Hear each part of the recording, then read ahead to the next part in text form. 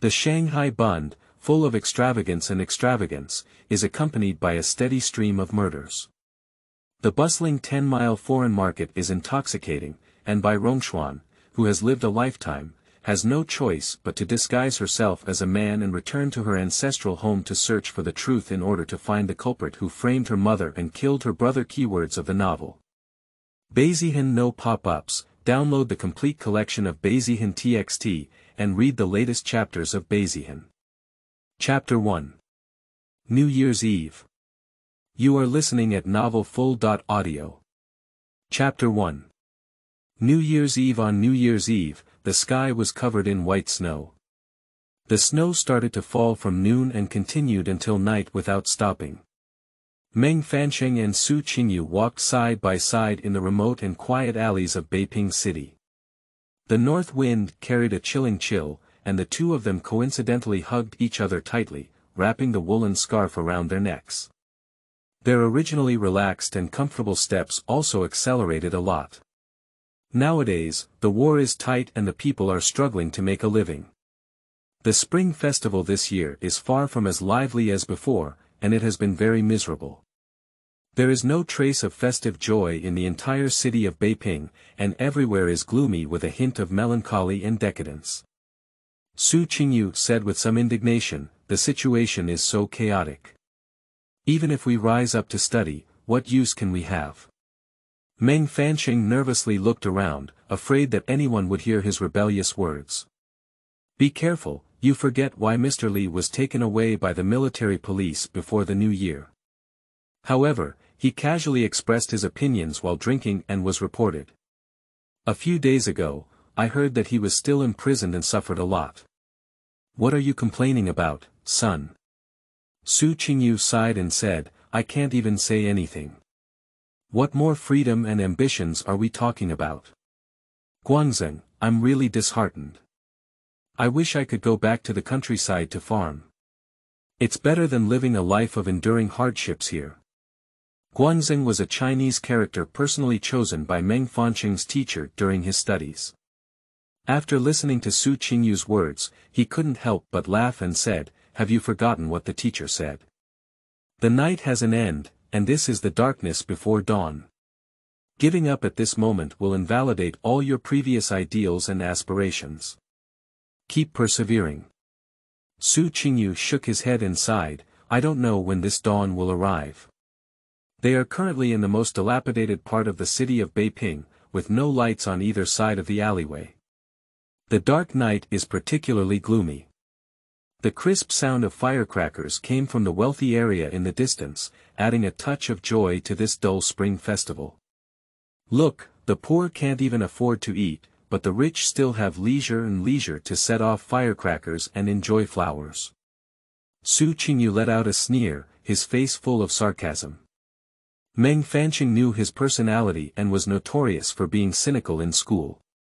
He smiled and grabbed his arm to accelerate his steps, quickly reaching the deepest part of the alley. The gate of the courtyard was tightly closed, and there was no sound inside. Su Qingyu looked inside through the sparse crack in the door, but didn't see anyone. "Did you fall asleep?" "I don't think so, it's still early." Meng Fansheng shook his head. "A few days ago, when I came here, I saw that her health was not good, and I always thought about it. I happened to have time to come and see her today." Su Qingyu looked at him with a malicious smile and said, "Why do I feel like you're a drunken man and not just drunk?" "What nonsense!" Meng Fansheng's face turned red in the darkness. "Her brother and I were classmates. We benefited a lot from his help when we were studying in Nanjing back then. Now that our old friend has passed away, his sister has come to this end. If we don't come and see, I would be in vain." Su Qingyu smiled and said, "I only said one sentence, and you kept talking about the old people. It can be seen that there is no more than 300 taels of silver in this place." Meng Fansheng gave him a white glance and began to call the door. In no time, a cautious woman's voice came from inside, "Who is it?"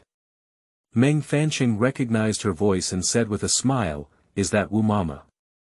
"I am Meng Fansheng, who came specifically to visit Rongxuan." Oh, it's Mr. Meng. Wu Mama exclaimed in surprise and hurriedly ran over to open the door. Mr. Meng, with such heavy snow, it's also the day for family reunion during the spring festival. How come you have time? At first sight of Su Qingyu behind Meng Fancheng, Wu Mama quickly saluted and greeted him, Mr. Su, how are you celebrating the Chinese New Year? Su Qingyu returned his salute with a very polite tone, you too. Neither Guangxing nor I are from Beiping. Others are like reuniting 1,000 miles apart, sitting at a sandalwood table together. When we raise our chopsticks, we all miss each other, complimenting this moment. However, we are like lying alone in the deep night, who is the dust bed. The school-organized party was nothing new, so we sneaked out secretly. Wu Mama is a servant. She hasn't read for half a day and can't understand his elegant words. She was a bit confused for a moment. Meng Fancheng laughed silently on the side and asked Wu Mama, how is Rongxuan's body? Did she fall asleep? Not yet, she's reading a book right now. Wu Mama asked the two of them into the yard while pleading, Mr. Meng will help me persuade Miss to keep lighting up the lights to read. Her eyes will be ruined. She won't listen to anything I say, she's very stubborn, but she listens to you the most. With a Jiangnan accent. Meng Fancheng's heart moved and he nodded with a smile. The room rented by Bai Rongxuan and Wu Mama is located to the west and is the smallest and coldest house in the entire courtyard, but the rent is also the cheapest. At this moment, Bai Rongxuan is leaning against the bedside reading, wrapped in a large blanket. She is from the south and completely unsuitable for the cold climate in the north. Even though a small stove was lit in the room, she still felt the chill invading from all directions, tightly surrounding her and unable to stop it, causing her to shiver from time to time. When Meng Fancheng and Su Qingyu entered the room, they saw this kind of scene. Bai Rongxuan, who was sick, had a particularly pale face, like a pearl shining with cold light.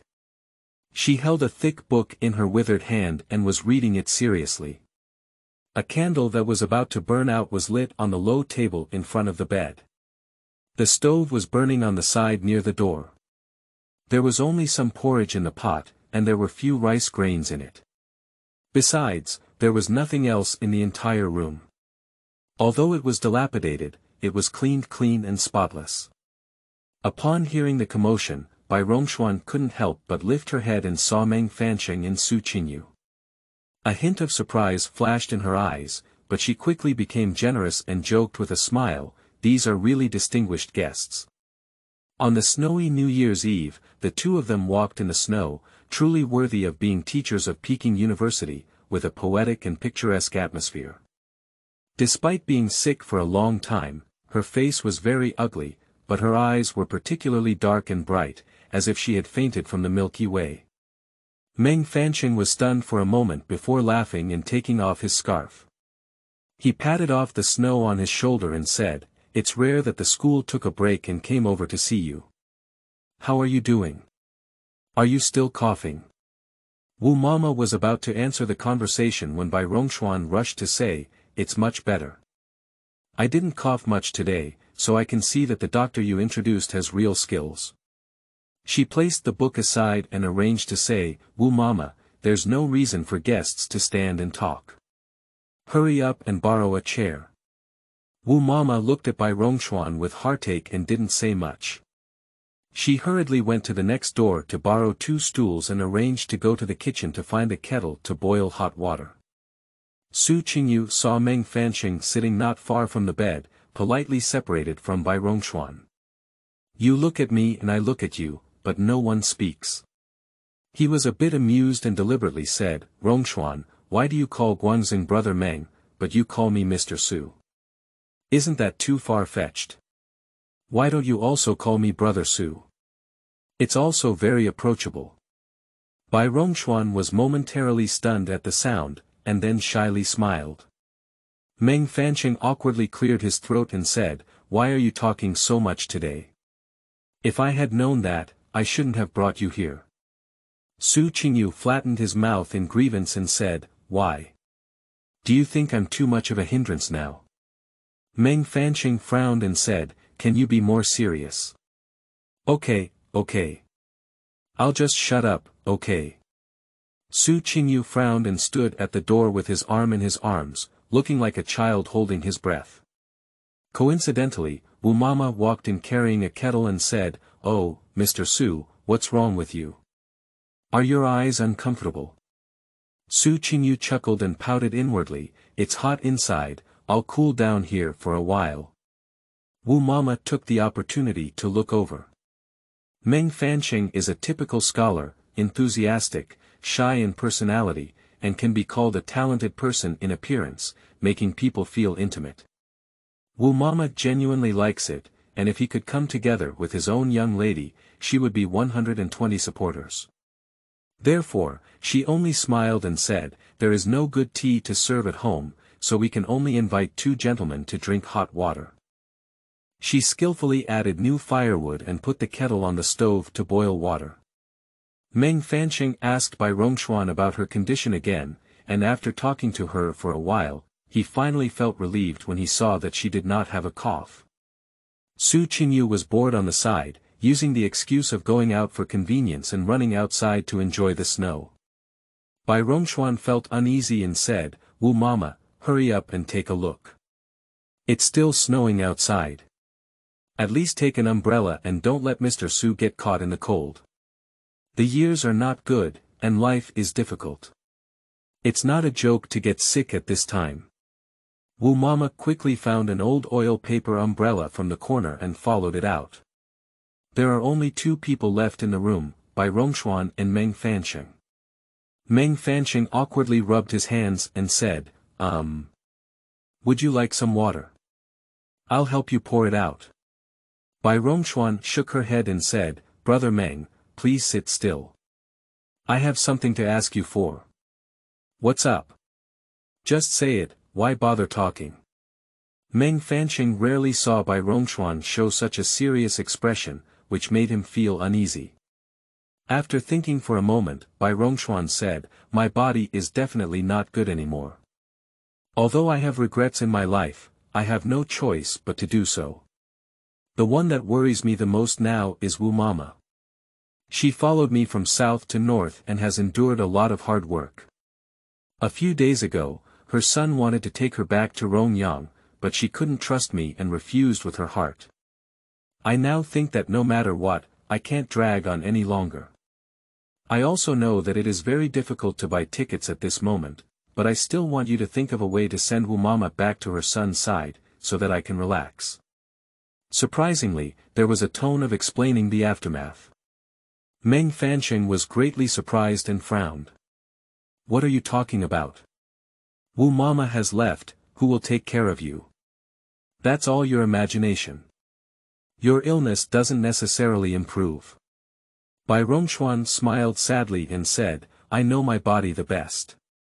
Brother Meng, I treat you as my own brother before I dare to entrust you on my deathbed. Please do me this last favor no matter what. She became anxious and coughed violently. Meng Fanqing was flustered for a moment. Despite the gender gap, he didn't want to help out. Just as he was about to go find Wu Mama to come back, Bai Rongxuan grabbed him. Meng Fanqing lowered his head and was even more startled. Bai Rongxuan coughed up a lot of blood. Bai Rongxuan held on to the edge of the bed, panting for a while before pointing to the water cup on the table. Meng Fanqing brought the water cup to her hand, Bai Rongxuan rinsed her mouth, and then asked him to use a handkerchief to wipe the corners of her mouth clean. After doing these things, she was exhausted to the extreme, her face was even whiter without any blood, and her head was covered in cold sweat. Meng Fanqing also realized that it was not good to see such a situation. Bai Rongxuan didn't stop coughing, it was just that she was afraid of people worrying and gritted her teeth hard to cough in front of them. He stood in place, murmuring a word but unable to speak. After a long time, he said slowly, Don't worry, I will help you send Wu Ma back to her hometown. Her son sighed. Bai Rongxuan nodded and smiled lightly, appearing very relieved, with a hint of lightness in her expression that she had never seen before. Meng Fanqing secretly called it bad. Coincidentally, Su Qingyu and Wu Mama opened the door and walked back. Su Qingyu excitedly said, "The snow outside has stopped, and stars have appeared in the sky. It seems that tomorrow will be a good day." Meng Fanqing couldn't continue talking about this topic, so he quickly sorted his thoughts and forced a smile, saying, "It's not too early either. We should go now. Rongxuan, you should rest early too. Keep those books for good weather before reading them. Be careful of your own eyes." Bai Rongxuan was delighted to receive his assurance and nodded naturally, "I understand. I'll see Mr. Meng and Mr. Su out," said Wu Mama happily as she listened. Meng Fanqing approached the door of the house and turned around anxiously, "You're taking good care of yourself. I'll come back to see you tomorrow and bring you the roasted sweet potatoes from Old Parks at the entrance of the alley." Bai Rongxuan nodded lightly, as if she had not taken it to heart. Meng Fanqing walked to the entrance of the courtyard and didn't forget to hand over the craft paper envelope that he had been carrying in his arms to Wu Mama. As soon as Wu Mama took it over, she guessed what was inside. She hurriedly refused, "Mr. Meng, this is not acceptable. Miss repeatedly reminded me that no matter what, I cannot accept your money anymore. You are just a teacher with limited income, so how will you live your own life?" Thinking about the support from Meng Fanqing and Beiping, she cried as she spoke. Meng Fanqing advised, "Wu Mama, just keep it. Now that Rongxuan is still sick, you still need to ask a doctor to take medicine. You should not refuse just for her sake. If you mind, just wait for Rongxuan to recover and you can slowly repay me." Wu's mother thought of Bai Rongxuan, who was getting weaker and weaker day by day in her hospital bed, and gritted her teeth as she took the envelope. "Mr. Meng, you are really a good person. I will definitely repay this money. I won't be able to repay it in this lifetime, and I will repay your kindness in the next life, even if I am a cow or a horse." What are these words? Juanxiu and I are close friends, and our relationship is extraordinary. Don't say these polite words to me anymore. You also need to take good care of yourself. If even you fall ill and Rongxuan is helpless, what should we do? Jun Shu is the courtesy name of Bai Shouji, the elder brother of Bai Rongxuan. Meng Fanqing has not called out these two words for a long time.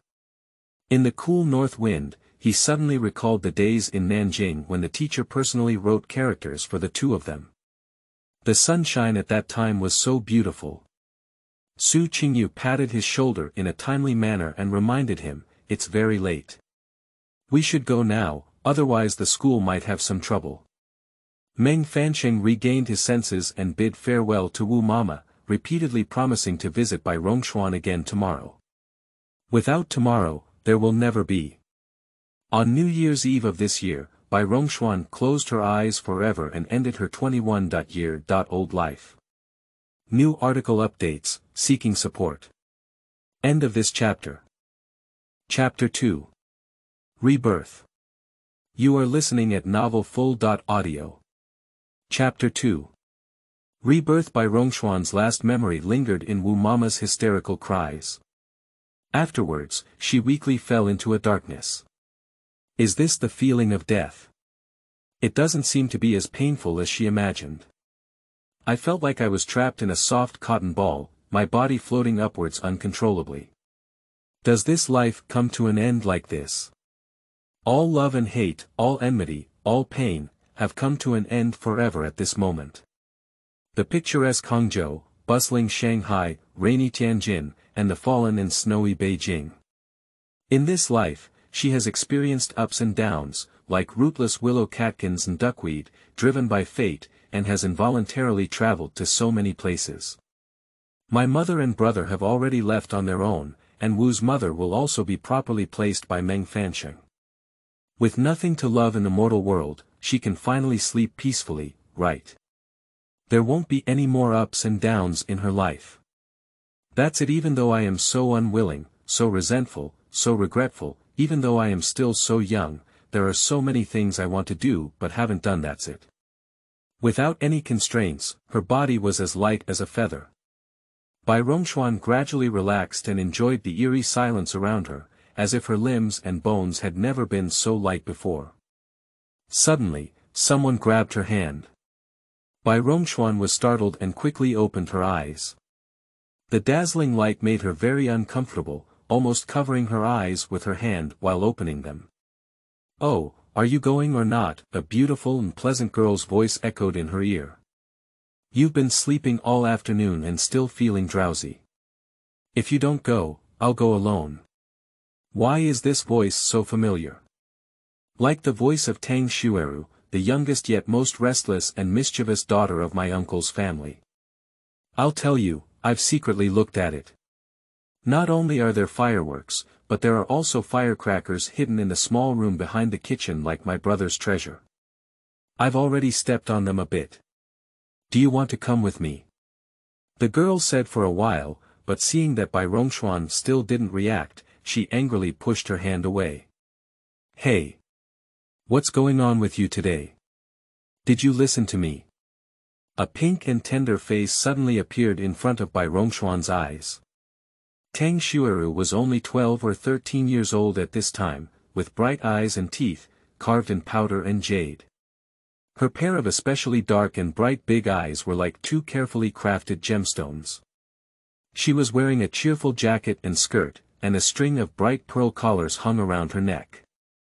Tang Xueru was surprised to see Bai Rongxuan's stunned expression, so she reached out and shook her hand in front of her. "Sister, are you okay?" Bai Rongxuan was a bit stunned. What's going on? Is it a dream? Did she dream about her past? If it's a dream, why is everything in front of me so real? This is my uncle's house in Hangzhou, where she has lived since childhood. The room was cleaned clean and tidy, with a kiln vase adorned with light blue painted hibiscus flowers on the table. The flowers she raised were neatly arranged in front of the window, and the familiar sweet fragrance filled the air. Bai Rongxuan couldn't understand the situation at all. She even stiffened her body and didn't dare to move, afraid that even a small action would turn the familiar scene in front of her into a mirror like water and moon. Even in her dream, she hadn't dreamed of such a scene for a long time. Tang Xueru looked at her strange appearance and felt something was wrong. "You. Wait, I'll go call someone." She ran out of the door in panic. Bai Rongxuan felt a bit dizzy, everything in front of her was hazy and unreal. In no time, Tang Xueru ran back with a large group of people. As soon as the first person appeared at the door, Bai Rongxuan couldn't help but shed tears. The person in front of her was still the beautiful appearance she remembered, so young and light. She rushed to the bed in a hurry, carefully observing Bai Rongxuan's expression, and asked in a gentle voice, "Rongxuan, what's wrong with you? Are you feeling unwell?" Bai Rongxuan was just numb and shedding tears. It's her mother. Her face is so clear, her voice is so familiar, and her breath is so captivating. Bai Rongxuan still vividly remembers the last time she saw her mother. At that time, she was already seriously ill and collapsed there, her withered body devoid of energy, and her whole body exuded a sense of despair and unwillingness. Seeing Bai Rongxuan's appearance, Tang Shi also felt a bit flustered. He quickly hugged her in his arms and said, "Rongxuan, don't be afraid. Mom is here. Where are you feeling unwell? Tell me quickly." As he spoke, his tone also became somewhat anxious. "My mother still has her body temperature, she is still so warm." Bai Rongxuan leaned against Tang Shi's chest, feeling somewhat dazed by the warmth unique to her mother. Tang Xueru interjected, "When I came to see my sister just now, she was like this. Shouldn't she be possessed by evil?" "What nonsense!" A somewhat stern voice scolded her, "You can't say such things during the Chinese New Year. If you keep talking nonsense, go back to your room and don't let anyone let you out. You're also not allowed to eat the New Year's Eve dinner." Bai Rongxuan was taken aback for a moment and couldn't help but sneak her head out of her mother's arms to take a look, realizing that the person speaking was her Aunt Huang Shi. "My Aunt Huang is from Yicheng, Hubei. The family has been engaged in business for generations and had business dealings with the Tang family earlier. It was precisely because of this relationship that Huang's grandfather had arranged a marriage with the Tang family at a very early age. Later, Huang's mother passed away, and his father was busy with managing the shop. As the eldest daughter, Huang took on the household chores, not only responsible for the daily affairs of the Huang family, but also supervised her siblings. She was quite famous when she was young. After marrying into the Tang family, Huang gave birth to 3 children for his uncle Tang Songzhou. Tang Xueping, the eldest daughter, later married into the Zhang family in Hangzhou. Bai Rongxuan remembered that this brother-in-law was very capable and had been supporting the family since childhood, doing a very prosperous business. Tang Xuelang, the eldest son, had long abandoned literature and started business with his uncle.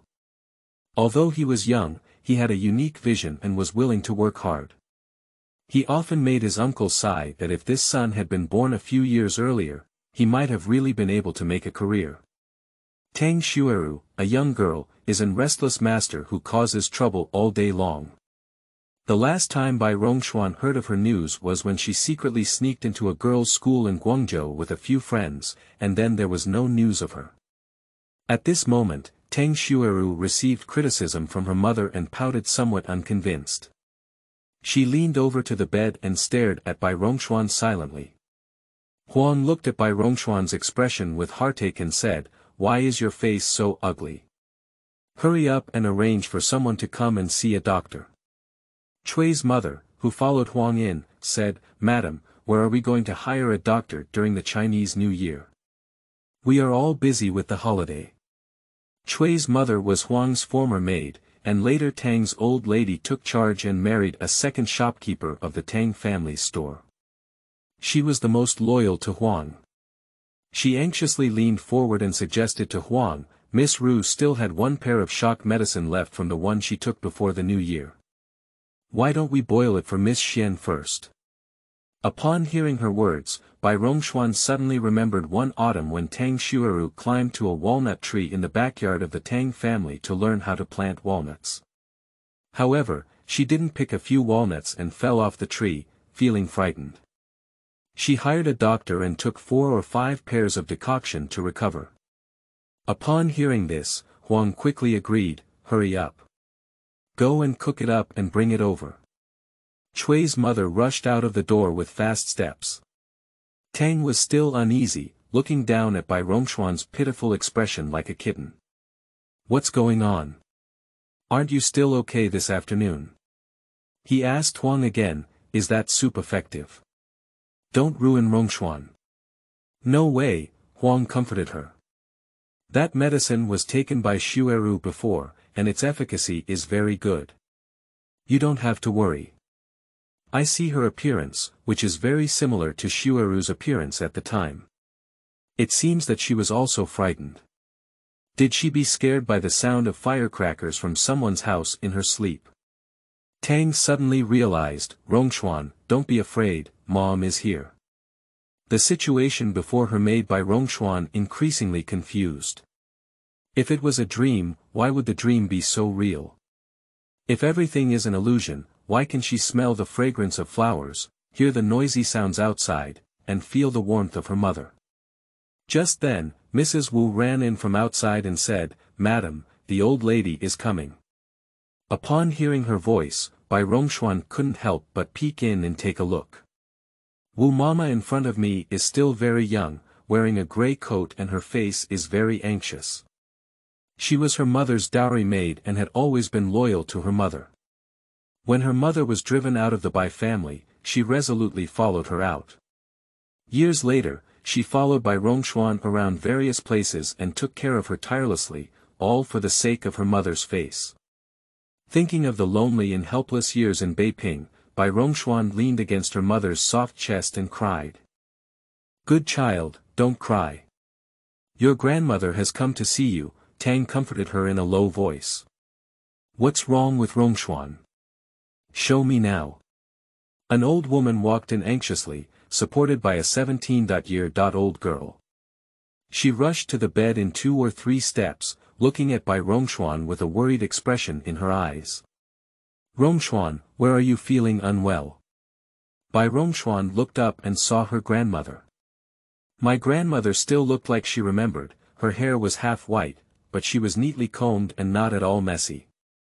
A pair of exceptionally strong eyes were now filled with worry and anxiety, and the body involuntarily trembled. She held Bai Rongxuan's hand and carefully examined her expression. Bai Rongxuan couldn't help but call out her grandmother. "Fortunately, I can still call people," Huang breathed a sigh of relief on the side. The girl who helped Mrs. Tang enter the door was Tang Xueping, the eldest daughter of her uncle. She was much older than Bai Rongxuan and Tang Xueru, and also the eldest daughter in the family. She had strict requirements for herself. In addition to helping the housekeeper of the Huang family, she also made some clothes, shoes, and socks to show respect to her elders when she had free time, and had little contact with Bai Rongxuan and Tang Xueru. She is going to get married and leave the cabinet this year.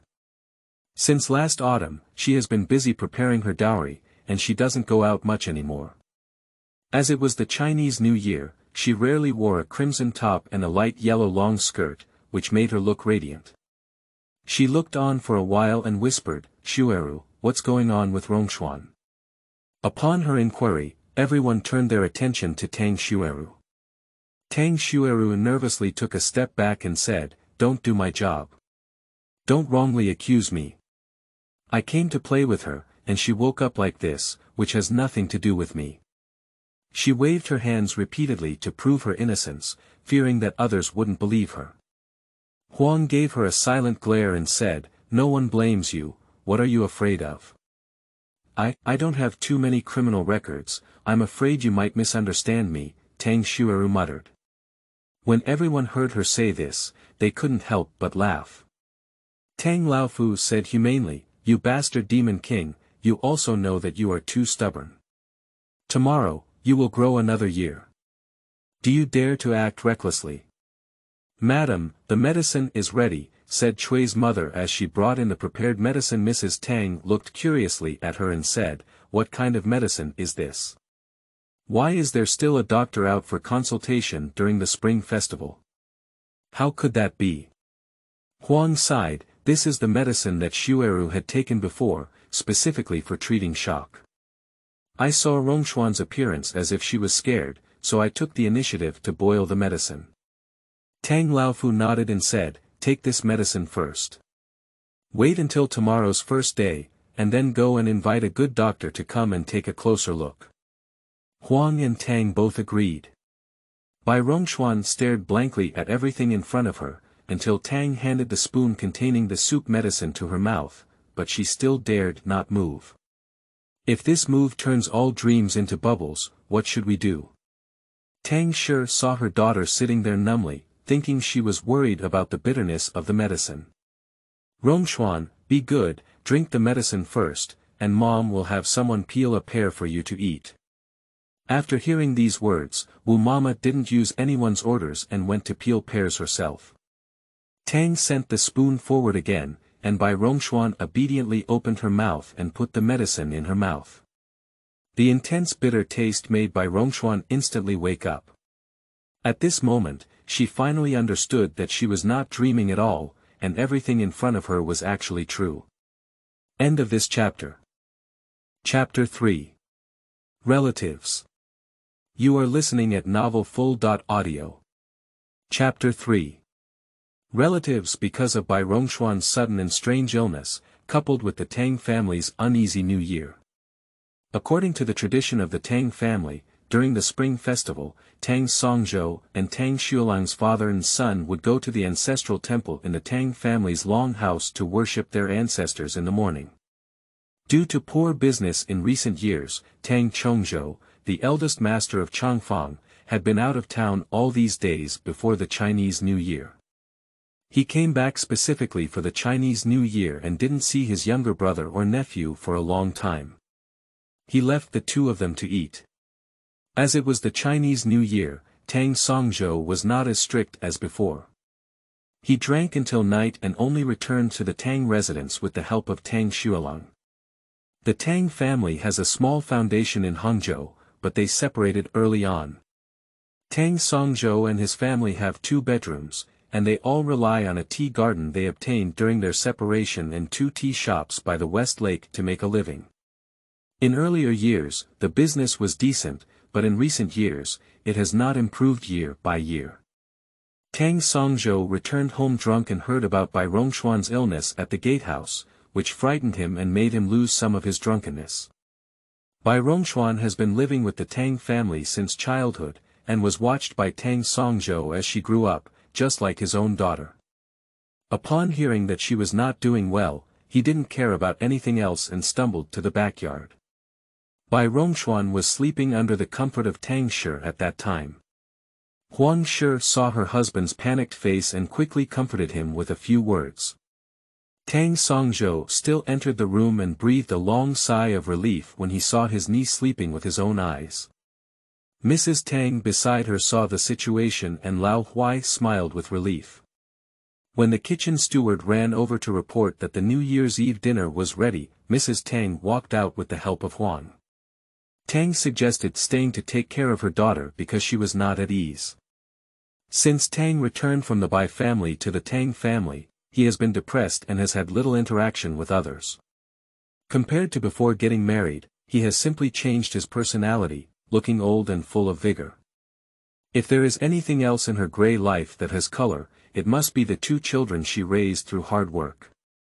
Mr. Tang felt sorry for his daughter and nodded in agreement. But ultimately, it was because of Bai Rongxuan that the Tang family had a mediocre New Year's Eve dinner that year, with no joy to speak of. The firecrackers and fireworks that were supposed to be set off were also strictly prohibited by Madame Tang, fearing to startle Bai Rongxuan. Tang Xueru pouted and the boss was unhappy. After the New Year's Eve dinner was over, Tang Songzhou returned to his room to rest under the service of Huang Shi. He has to visit his old business clients early tomorrow morning and has never been involved in observing the new year since he became the head of the family. Tang Xueliang also found an opportunity to bid farewell, and he wanted to go see the world with his father tomorrow. Without spirit, it's not enough. Tang Laofu knew his heart well and agreed with a smile. In the end, only Tang Xueping and Tang Xueru accompanied Mrs. Tang while eating melon seeds and peanuts while observing the new year. This is probably Tang Xueping's last new year as a daughter in the Tang family, and Mrs. Tang is particularly reluctant to part ways, talking to her granddaughter about the principles of social conduct. Tang Xueru listened bored and yawned incessantly, feeling that the year had been extremely boring, and soon felt drowsy. Tang Xueping persisted until midnight, and the 2 of them fell asleep in Mrs. Tang's room. After both granddaughters fell asleep, Mrs. Tang called for Li Mama, who was personally serving her, and whispered, "I see that Rongxuan's child is not very normal. It seems like she has collided with something. You can take a few pieces of yellow paper and burn it at the intersection later, and recite it carefully." Li Mama quickly agreed and suggested, "Madam, I think tomorrow I will take Miss Xian's birth date and go to Lingyin Temple to offer a Changming lamp to be broken." "Right, right." Mrs. Tang nodded repeatedly, "I don't trust leaving this matter to someone else. You can go there yourself tomorrow." "Yes." Li Mama finished answering and took a piece of paper from the warehouse to burn it at the intersection.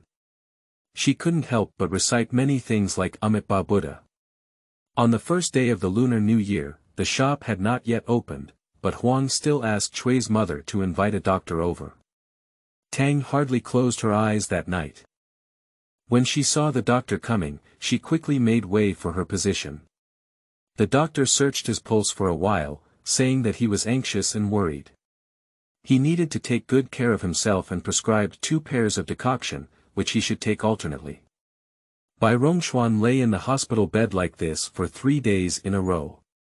She spent most of her time sleeping, often seeing herself from the previous life in her dreams. Dreaming of the humiliation she suffered in the Bai family, the helplessness she had in Tianjin, and the last lonely days in Beiping. She often woke up in a cold sweat from her sleep, and every time she fell asleep again under the comfort of the Tang family, it almost made her unable to distinguish reality from dreams, and her mind was as dull as a paste. On the third day of the Lunar New Year, Tang Chongzhou and his family came to pay their New Year's greetings without hesitation. The elders are no longer present in the long room, and Mrs. Tang is now the highest-ranking elderly person in the Tang family. Tang Chongzhou comes over every year on this day to bow and greet her. When the maid Suiping came to report that Miss Li had also come, Tang Xueru was sitting by Bai Rongxuan's bed muttering about how boring and uninteresting the Chinese New Year was. I don't know whether it was the soup and medicine that worked or Mammy Li went to Lingyin Temple to worship Buddha and offer lights. In the early morning of the third day of the lunar calendar, Bai Rongxuan's spirit was much better than the previous 2 days. She not only ate 2 steamed buns at a time, but also drank a bowl of congee for breakfast. Tang, who was guarding in front of the bed, finally breathed a sigh of relief. Later, Huang pushed her back to her room to rest, citing the reason that, you didn't take good care of yourself, and when Rongxuan recovered, you fell ill again. Tang Xueru, under the guise of seeking medical treatment, actually came to vent her bitterness. Bai Rongxuan looked at her innocent and naive appearance, and couldn't help but feel a bit dazed when she recalled her previous life. Isn't she already dead? Why did he come back to life again? Could it be that heaven pitied her and gave her a chance to start over again? Or is it true now, and everything before was just a dream? Bai Rongxuan felt very distressed, racking her brains to think about what had happened in her past life this year, wanting to compare and see if there were any events from her memory that had happened. But what has happened throughout this year? She remembers that Sister Xueping got married, and her brother In-law was talented and kind to her. After marriage, the two of them were very affectionate. Then next year, something that will change her life will happen. On the day before the Mid-Autumn Festival next year, my brother who is studying in Nanjing will suddenly die of illness. After receiving the news in her previous life, her mother immediately fell ill and soon passed away. She was furious and wanted to seek an explanation for her mother and brother.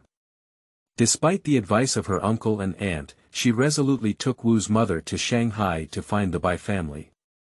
But what awaited them was one obstacle after another and hardships, and in the end, she was driven by fate and never returned to Hangzhou. If she really lives again, can she change history? If my older brother doesn't die, my mother won't pass away, will everything change? Thinking of this, Bai Rongxuan's eyes were instantly like torches lit up, as if she understood why heaven had asked her to start over again. She wants to save her brother and can't let him have another accident. Her appearance in Tang Xueru's eyes was a manifestation of a more serious illness. She looked at Bai Rongxuan with some concern and said, "Sister, are you okay?" Bai Rongxuan regained her senses and was about to explain that she was fine when Suiping pushed the door and walked in. "Miss Li is here," kowtowing in the old lady's room. "I heard that Miss Xian is sick and will come to see you soon. She said there are many daughters in the Tang family, so there is no hierarchy and they are all given by name. The only one who can be called Miss Li by Suiping is Tang Xueli, the youngest daughter of the eldest uncle of the Changfang family." In Bai Rongxuan's memories, the impression of this uncle is not deep, and he is not a material for doing business. In theory, when the family split up, the long-term house occupied the best orchards and shops. Business should have become more prosperous as it grew. However, since it was handed over to Uncle Tang Chongzhou, the business has been deteriorating day by day. In the previous life, when Bai Rongxuan left Hangzhou for Shanghai, she heard from the steward that Uncle Tang's business was about to run out and she wanted to sell the orchards. Land and property are the foundation of a family, which can be passed on to future generations and will not be easily sold. Later, when Bai Rongxuan and Wu Mama talked about her uncle, Wu Mama didn't take it seriously. According to her wishes, Tang Chongzhou had no children and only 4 daughters. She felt that no one would inherit the vast family property, so she had no fighting spirit and was not interested in business. After having a son, it is beyond our ability to revitalize our family's business and achieve great success. When Bai Rongxuan thought of this, she suddenly became aroused. How could she forget that person? Uncle Tang Chongzhou's ex-wife, surnamed Zhang, is a local from Hangzhou. In Bai Rongxuan's childhood memories, Zhang had a gentle appearance, a gentle personality, and was very peaceful in dealing with people and things. She was very easy to get along with, especially getting along well with Huang. She gave birth to 4 daughters for her eldest uncle. Her eldest daughter Tang Shuiying later married to Cuzhou, her second daughter Tang Xuefan married to Jiaxing, and her third daughter Tang Shuoyan married to Shaoxing. All 3 son-in-law families had business dealings with the Tang family and helped each other. Tang Xueli, the youngest daughter, has never discussed marriage, just because her uncle wants to burden her with inheriting the family business, which delays her selection. Zhang has never given birth to her eldest son for her eldest son, and she feels guilty. She also knows that her husband values incense, so she desperately wants to give birth to a son for the Tang family. She only gave birth to 4 daughters in a row, causing great physical damage. Even with medication and care when she became pregnant with her 5th child, she couldn't survive. She passed away shortly after. Huang had a close relationship with Zhang during her lifetime, and since her passing, she has taken great care of the 4 daughters she left behind. It is precisely because of this that when Tang Chongzhou chose a son-in-law for his daughter, Huang was very unhappy and secretly complained to Tang Songzhou, big brother, where is choosing a son-in-law. Clearly, choosing a business partner. However, Changfang and Erfang have been separated for a long time, and even if Tang Songzhou is not satisfied with the marriages of several nieces, it is not easy for him to intervene and say more. Tang Chongzhou had to raise his 4 daughters while also focusing on business, so he never continued his career. However, when he went on a business trip outside, he fell in love with the daughter of a merchant surnamed Xiang in Ningbo. He often went to Ningbo under the guise of doing business and stayed there for 10.5 days. Soon after, the Xiang family gave birth to a son for him. Xiang told Tang Chongzhou that he disregarded his reputation and wanted to have children unmarried because he favored Tang Chongzhou and did not seek anything else. This moved my uncle so much that he said he would marry the Xiang family and enter the house. In theory, there are no elders in the Long House, and the eldest uncle can decide who he wants to marry on his own. However, in order to ensure the legitimacy of the Xiang family, he actually sought the help of his grandmother, Mrs. Tang. Zhang passed away early, and all 3 daughters were married. Tang Chongzhou looked as if he was not married by the Xiang family. Naturally, it was difficult for Tang Laofu to stop him, so he reluctantly nodded and agreed. But he still spoke out to remind Tang Chongzhou to carefully inquire about the situation of the Xiang family and act with caution. Tang Chongzhou, whose ears have been filled with honey, wouldn't think of anything else. When you get home, start planning your marriage. Although Huang is not worthy of Zhang, he can only secretly express his feelings to Chui's mother. After entering the door, the Xiang family probably knew that their identity was low and that their unmarried son had an illegitimate name.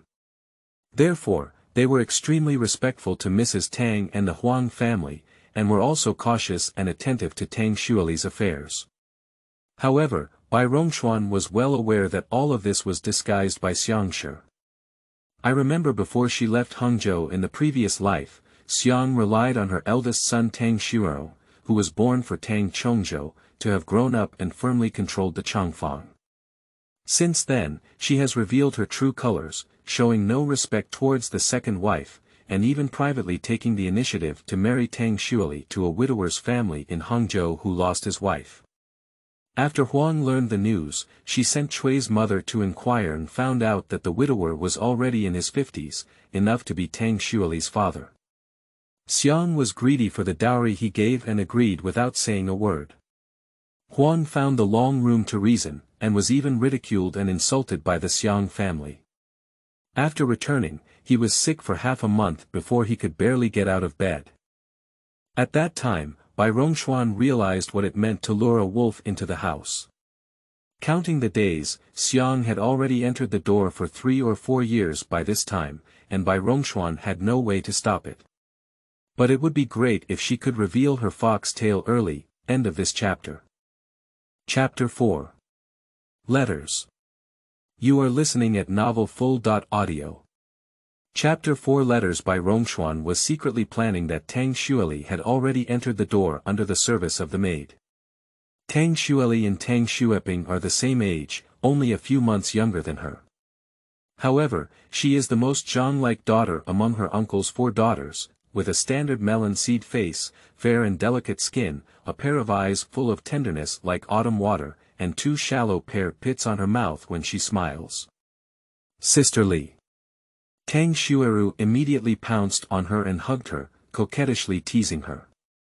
How did you come here? I haven't seen you for some time. You don't even know how to miss me. Oh my. You look really nice in this outfit. When did you make it? Let me take a look. Tang Xueli was wearing a lake blue dress, which was slightly lighter in color. The collar and hem were embroidered with small yet delicate pear blossoms.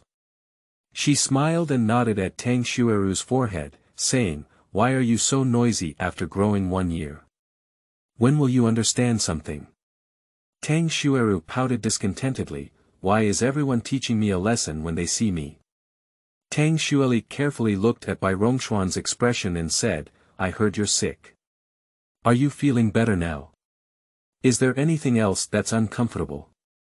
Bai Rongxuan quickly shook her head and said, "I don't know why I fell ill. I've taken 2 pairs of soup and medicine now, and it's much better. Sisterly, you don't have to worry." She then instructed Xueping to move the stool for her. Tang Xueli's maid Chun'er hurriedly moved the stool over without waiting for Xueping to move. Tang Xueli sat down and held Bai Rongxuan's hand, saying, "I'm still thin. I have bird's nest brought back from outside by my father at home. I'll have someone bring it over later, so you can take care of yourself." "Oh, sisterly, do you still have bird's nest or anything else?" Tang Xueru leaned over and asked. Tang Xueli said, "It's just a tiny bit, not much." Bai Rongxuan was eager to know the news about the Xiang family and quickly asked, "Who did Li come with?" "With my father," Tang Xueli said. "I only received the things for ancestor worship yesterday. Today, I quickly came to visit the old lady. I don't know what's going on tomorrow. This year has been really busy, not as relaxed and comfortable as usual." Before Bai Rongxuan could ask, Tang Xueru curiously asked, "Didn't Aunt Xiang come along?" Tang Xueli was taken aback for a moment, and a hint of unease flashed in her eyes. With her status, how could she come to visit the old lady at this time? Before leaving, her father suggested that she come with her. At least she would kowtow to the old lady, and she would be familiar with her younger sister. She could also walk around in the future. However, Aunt Xiang said she would kowtow when it's January, so my father had to bring me and brother Rong over. Tang Xueru nodded with a pout on the side. This Aunt Xiang is quite knowledgeable and sensible. However, Bai Rongxuan knew that this was just a means for Xiang's heel to not stand firm. She glanced at Tang Xueli twice and advised her to be wary of Aunt Xiang's words, but they were still swallowed back. When it comes to these things at this point, not only will sisterly not believe them, but if it were to reach the Xiang family, her character might immediately alert her and potentially cause unnecessary trouble for herself. Bai Rongxuan hesitated about how to remind sisterly to be careful. Wu Mama hurriedly walked in and said, "Miss Li, the master is going back and is looking for you." Tang Xueli quickly stood up and said, "Why is it so urgent? I just sat for a while." Her expression was somewhat surprised. In previous years, Tang Chongzhou would have lunch in the second room before returning. Wu Mama explained with a smile, "Young Master Rong doesn't know what's going on, he's crying non-stop. The old master was so upset by him that he had no choice but to go back early. Father has always spoiled this only son." Tang Xueli nodded with a flushed face, instructing Bai Rongxuan to recover well and visit her again in a few days. She also told Tang Xueru that she was 1 year older and that she needed to understand some things and not act recklessly like before. Only then did she reluctantly bid farewell and leave. Bai Rongxuan was still sick and couldn't get out of bed to see off guests, so she had to let Tang Xueru take Tang Xueli out. When Tang Xueru returned, he even brought Tang Xuelang. Tang Xuelang looked at his sister, who was causing him a headache for no reason. "What are you doing? What can't be said well and you have to pull and argue like this?" He looked at Bai Rongxuan a few more times and said, "Why are you still sick? You still don't feel good after taking the medicine. Do you want to change to a new husband?" Before Bai Rongxuan could speak, Tang Xueru had already asked curiously, "What's wrong with Rongga? How could he cry for no reason?" Tang Xueliang rolled his eyes in silence and said, "I think it's a big deal." "Is that why you're here?" "It's not a big deal." Ronggu noticed a display in his grandmother's room and argued for it. If it were anything else, it would be fine. Unfortunately, that item was given to his grandmother by his grandfather back then. Grandmother couldn't bear to part with it, and Ronggu couldn't help but start a scene. The only young master in the long room was lying on the ground in front of a servant, throwing and rolling around, not even a shrew in the market. Uncle didn't have the face to stay and eat, and he went back with an embarrassed expression. Tang Xueru chuckled twice and said, "I'm afraid it's not that grandma is reluctant to give it, but that she doesn't want to give it, right? After all, it's not a secret that old lady Tang and Huang don't like Xiang and Rong." Every time Tang Chongzhou approached Mrs. Tang and Mrs. Huang with Tang Xuerong as if offering a treasure, he didn't get any good looks. "Nonsense." Tang Xuewu glared at his sister, "Just you talk a lot." He was the eldest son of the family. He followed his father in the shop for a few days, and was much more stable and mature than before. However, there was no elder in the room, and he couldn't help complaining. To be honest, this elder brother Rong doesn't look like a child of the Tang family. He is so sneaky and ignorant. Just now, I heard from my uncle that he has left 2 gentlemen angry. Now when people hear that he is going to give lessons to the young master of the Tang family, no gentleman is willing to come. But my uncle still thinks that as a joke. I don't know what his head thinks. Perhaps I simply think my son's behavior can only be considered mischievous and cute, right? However, Tang Xuelang's words still made Bai Rongxuan lose her mind. She still remembers Tang Xuerong's childhood appearance, with thin and long eyes. He looked like a fox no matter how he looked, not at all like the people of the Tang family. Did he follow the Xiang family? No matter how Bai Rongxuan recalls, she can never remember the appearance of the Xiang family. Tang Xuelang sat for a moment, then followed his father to the shop to take a look. In the early years, the tea shop of the Tang family would not open until after the 15th yuan shao, filled round balls made of glutinous rice. Flour for lantern festival. Now business is difficult. On the 2nd day of the 1st month, firecrackers were set off. Some guests will send tea as gifts when they visit relatives and friends.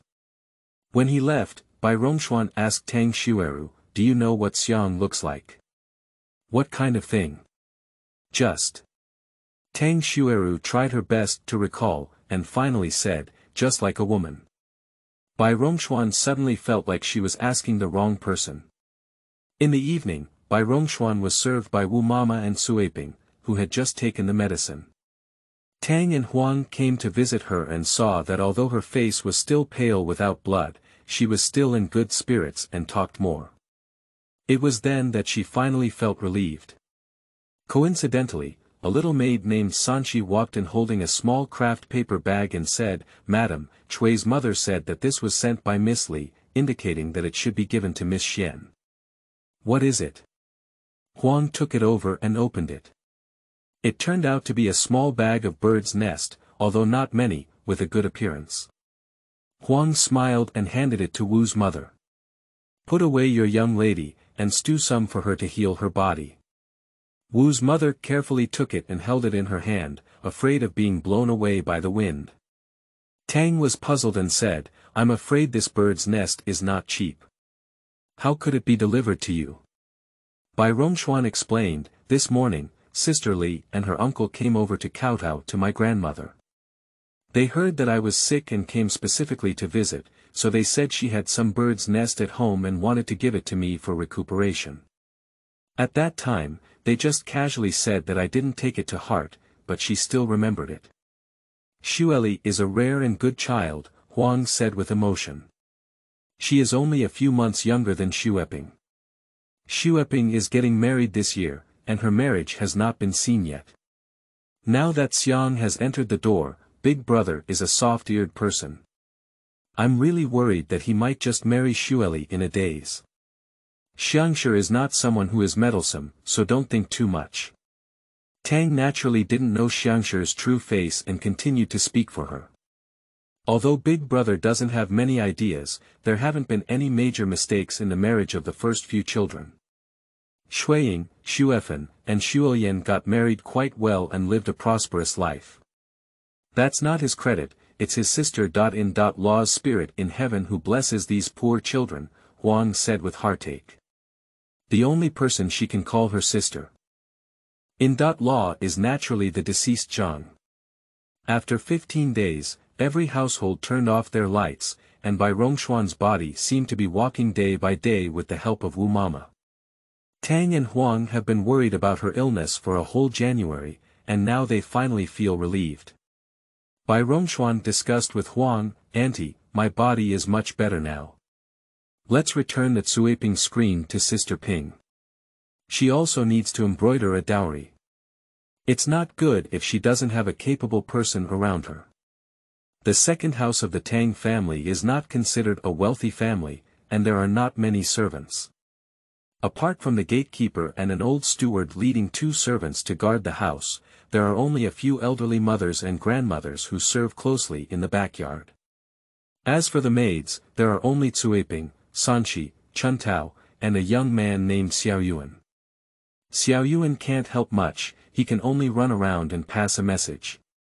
Cuiping is about the same age as Tang Xueping and has been in the Tang family since childhood, which can be considered as having a deep understanding. This year, when Tang Xueping got married, Huang and Mrs. Tang discussed and wanted Cuiping to accompany her as a dowry maid. The Tang family is a family of good deeds.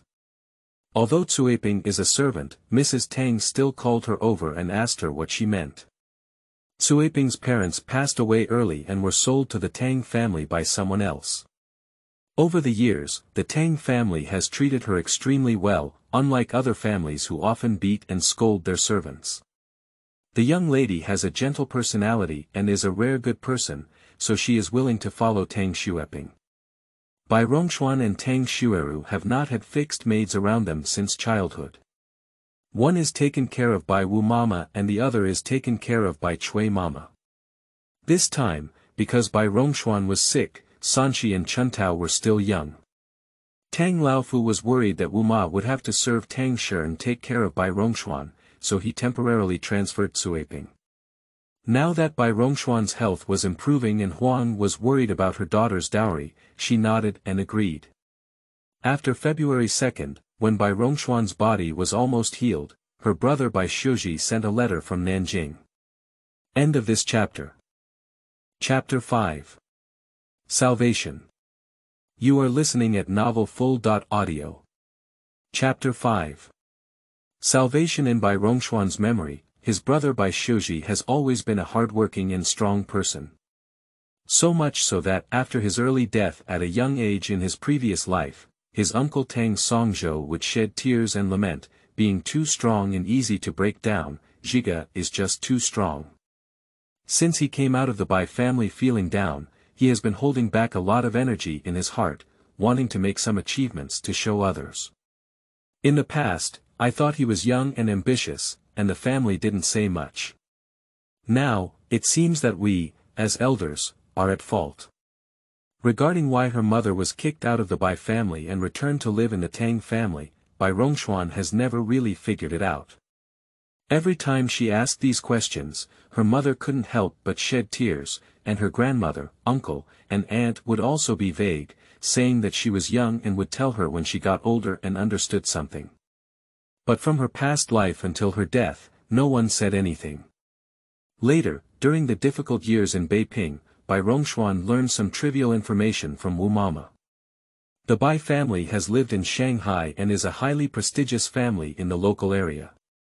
Together with the Yao, Gu, and Min families, they are known as the four major families. When Tang married into the Bai family, she was definitely referred to as a high climber by others. The Bai family has a large population, with 3 bedrooms inside and 3 bedrooms outside, and their relationships are complex and difficult for ordinary people to understand. Bai Rongxuan's father's name is Bai Yuanpei, ranking 3rd in the Bai family. It is said that he was young and wise, very intelligent, and deeply loved by the old master of the Bai family. So when he reached the age to start a family, the old master of the Bai family was determined to seek a girl from the Gu family for him. The Gu family has a strong foundation and strict upbringing. Their daughters are both beautiful and talented, all of whom are very virtuous and capable. However, one year Bai Yuanpei was invited by a friend to admire the scenery of West Lake in Hangzhou, and unexpectedly met Tang Shi, who was still waiting to be married. He fell in love at first sight and insisted on getting married no matter what.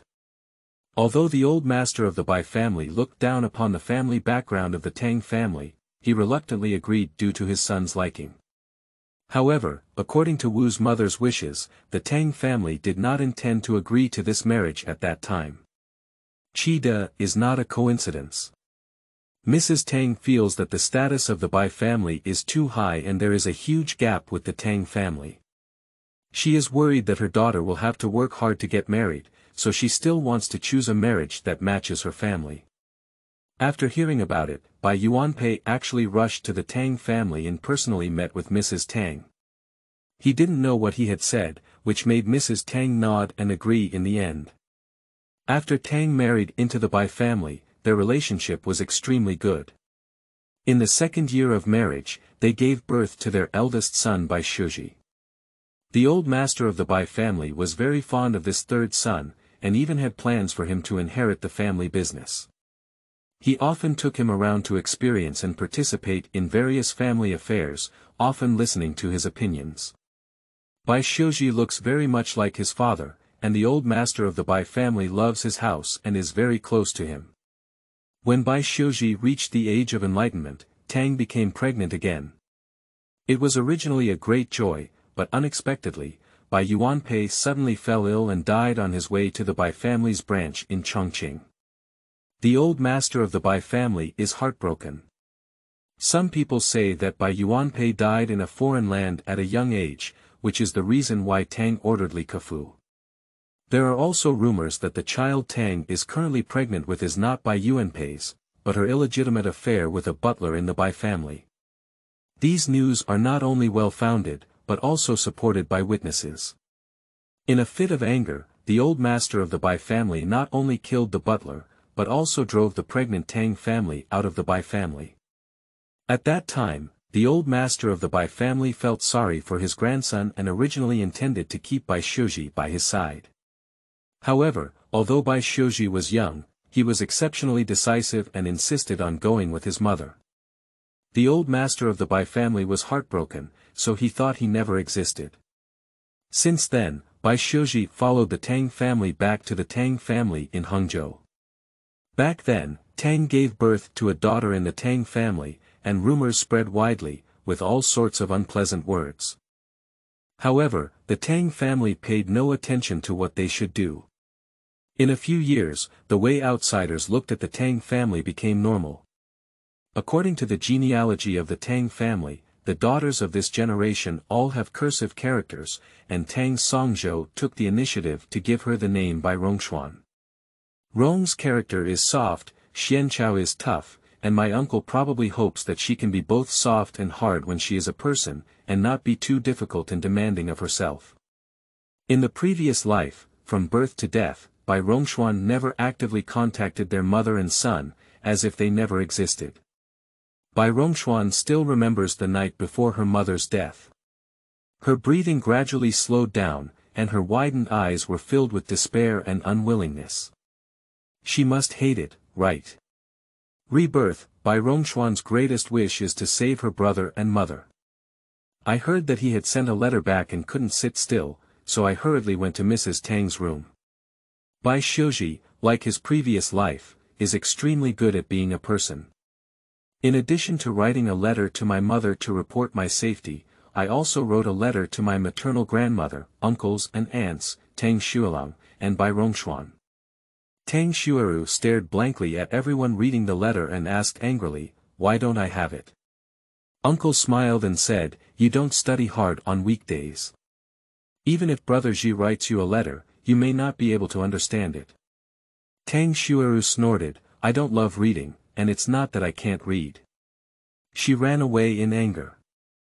In his letter to Bai Rongxuan, Bai Shouji succinctly mentioned his recent studies and asked her to take care of her mother and study more. Now that there is a girls' school in Nanjing, it is evident that the status of women in the future will also be different. He wrote 2 or 3 pages in a verbose manner, but unfortunately did not mention his own body. Bai Rongxuan frowned anxiously. Tang Shi looked at her expression and asked, "What did your brother write in the letter?"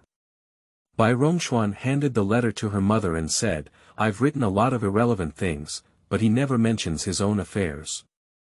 Instead of telling me what books he has read recently and what he has gained, it's better to tell me whether his health is good or not, and the food over there is not to his taste." Tang smiled and said, "He's a boy, how could he write these things?"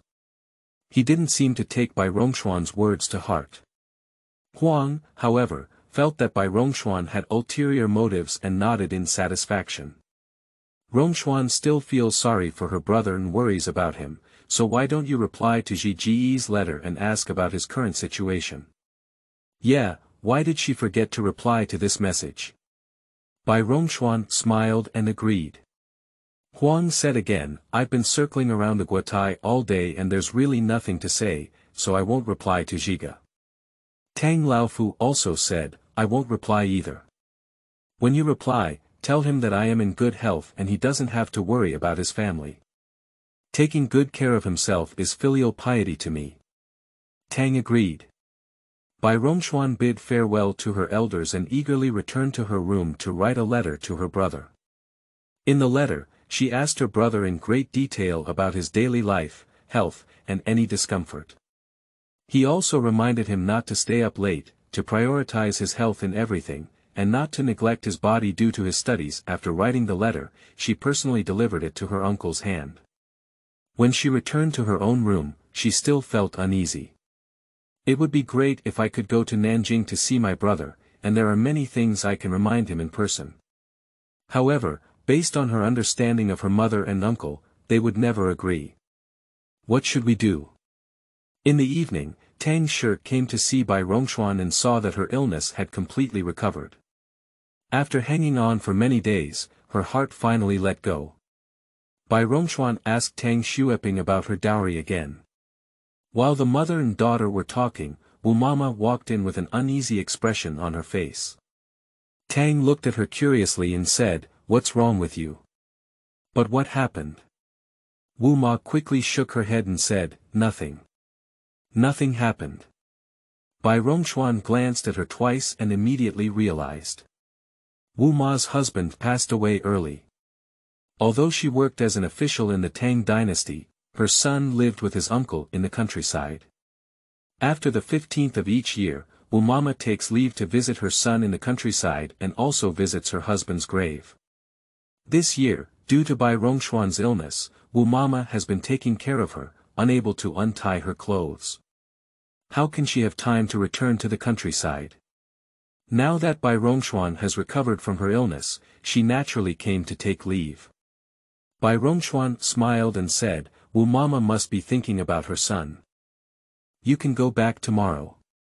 Don't worry about coming back, stay a few more days." She supported Wu Mama all the way in her past life, and their relationship was very close. Besides, there is no one else around, and speaking is also very casual. She just forgot that she had been reborn, and Tang Shi was clearly taken aback when she saw that she could make decisions and arrangements in everything. Upon seeing Tang Shi's expression, Bai Rongxuan immediately reacted and leaned into Tang Shi's arms with a smile. "Mom, do you think this is okay?" Although Tang felt that his daughter's illness had undergone some changes, he couldn't pinpoint exactly where it had changed. She regained her senses and said, "What's wrong with that?" She then said to Wu Mama, "Come to my room later. I have something for you and bring it back to the countryside. It's all a gift I've prepared for your uncle and sister. Law. Wu's mother thanked her again and again, thankfully retreating. However, Bai Rongxuan knew that none of Wu Ma's uncles were good people. In the previous life, not only did they occupy the land left by Wu Ma's husband, but they also treated Wu Ma's son very badly. I remember Wu Ma once cried and told Bai Rongxuan that in the cold weather, they actually let Wu Ma's son sleep in a cowshed with air leaks on all sides. However, Wu Mama's son is a very competitive person. When he was young, he remained calm and restrained himself from speaking. As I grew older, I immediately found a respected elder in my clan to take charge. Not only did I take back my own farmland, but I also took back the wages I had earned from working at my uncle's house over the years.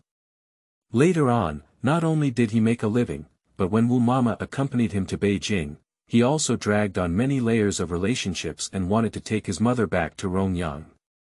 However, Wu Mama couldn't bear to part with Bai Rongxuan and firmly refused.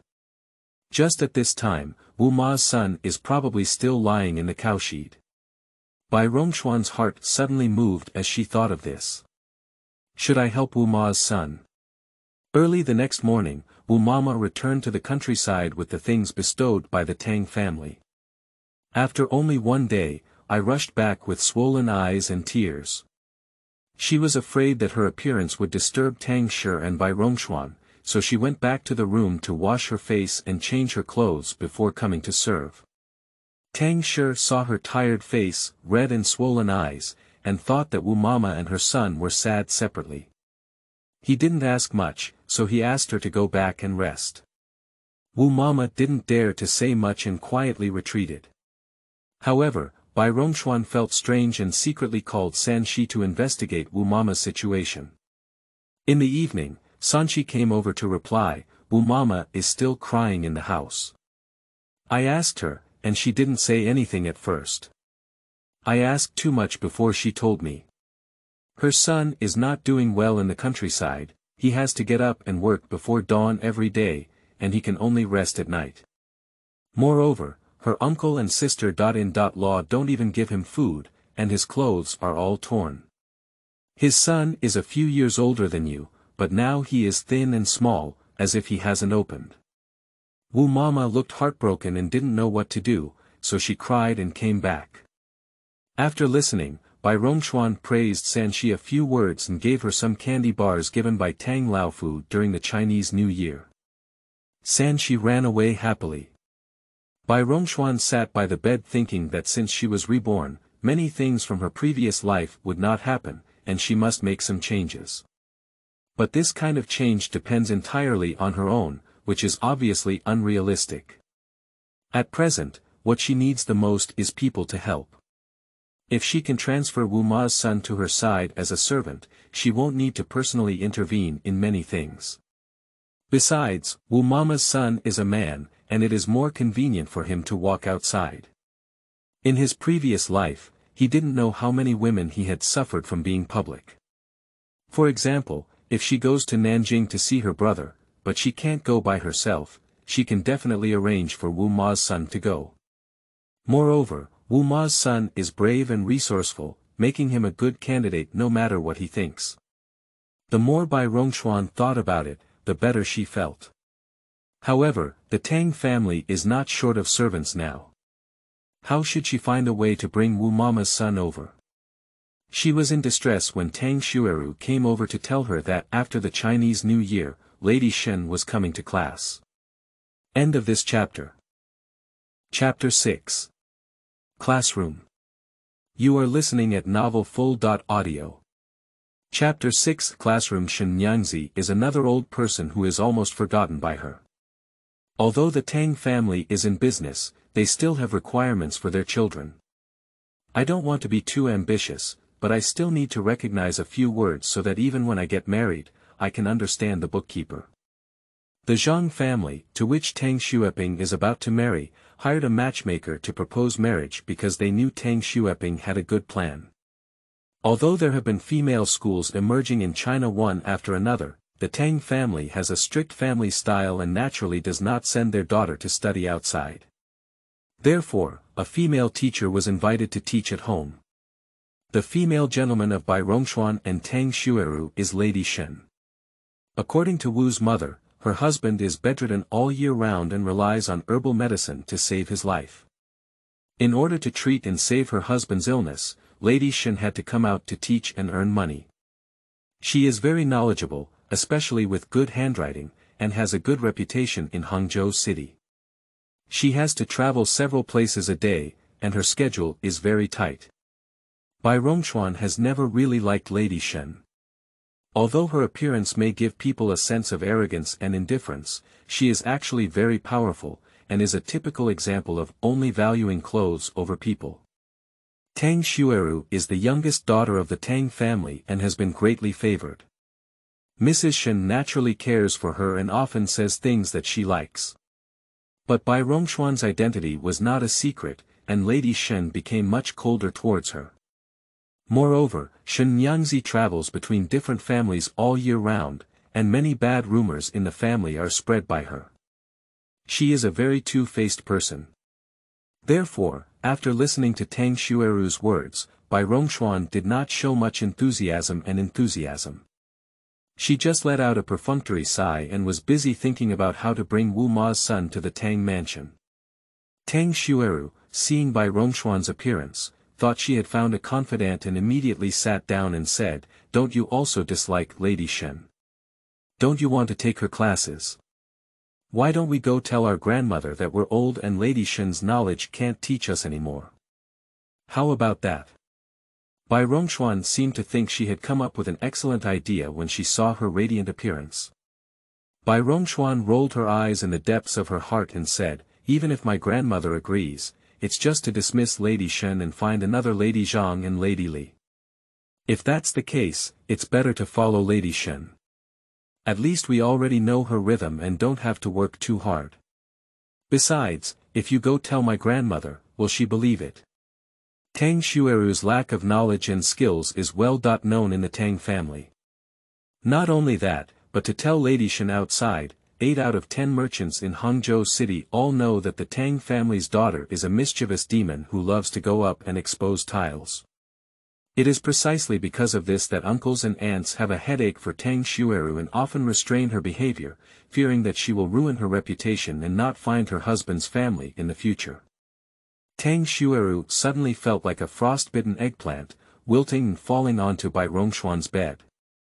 "That's right, I'm notorious, I can't do it anymore," she said. Bai Rongxuan couldn't help but lightly pinch her twice and said, "What nonsense is that? The word infamous is used in this way." 2 days later, Lady Shen indeed came to class. For the sake of Bai Rongxuan and Tang Xueru, the Tang family specially transformed a small living room into a study. Due to the small size of the house, only 2 tables and chairs could be barely placed, so that Xiangzi could only sit on chairs during class. Bai Rongxuan guessed that she was unhappy, but she didn't show any signs on her face. It's just that she might be a bit negligent when starting classes. During the break, Chui's mother followed Huang's instructions to bring tea and snacks. Xiangzi also had a calm expression on her face, but when drinking tea, she seemed to casually say, "This is really rare and good tea. When I went to Zhang's house for class yesterday, they brought Taiguanyin, which is not as pure as the taste in your house." Her sincere expression made Chui's mother stand for a moment. Chui's mother brought black tea, which was far less precious than Taiguanyin's. When Xiangzi said this, she clearly despised the Tang family for not sending good tea to entertain her. The Zhang family. Before Chui's mother could hear it, she curiously asked her, which Zhang family? It's the Zhang family on Yanling Road. They have a little daughter and it's time to read and recognize characters. Shen Yangzi drank tea calmly, and when Cui Mama withdrew, she slowly began teaching again. Bai Rongxuan looked down upon her in her heart, but she didn't show any signs on her face. However, the course taught by Lady Shen at this moment has already been listened to once in her previous life. Moreover, she later traveled far and wide, with several times more experience and knowledge than Lady Shen. Therefore, he didn't listen very seriously. At one moment, he thought about whether he had received the letter he wrote to his brother. At another moment, he thought about how to bring Wu Ma's son to the Tang family for his own use. At another moment, he thought about how to help Li's sister catch Xiang's horse feet. Her wandering appearance was all in the eyes of Lady Shen, and she naturally didn't like it very much. However, she didn't like Bai Rongxuan either, so she didn't bother to guide her. She only thought she couldn't see it, and when class was over, she went to the next house without delay. After waiting for a few more days, there was still no news from my brother's side. In a hurry, Bai Rongxuan ran to ask her uncle what was going on. Tang Songzhou smiled and said, "The world is not good now. Letters from Hangzhou to Nanjing take at least a month to come and go. If they are delayed, half a year is also a common occurrence. Why are you in a hurry?" Bai Rongxuan didn't want to say anything to her uncle, so she went back to her room feeling bored.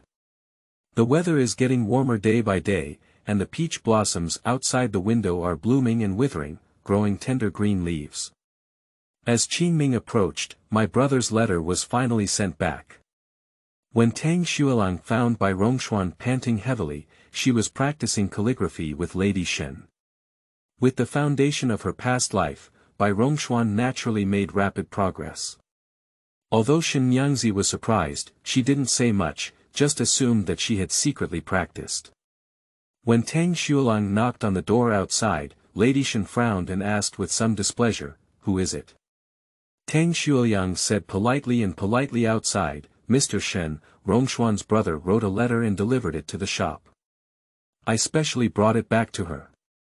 Shen Yangzi's face was displeased. "Since the letter has been sent, when can we not read it?"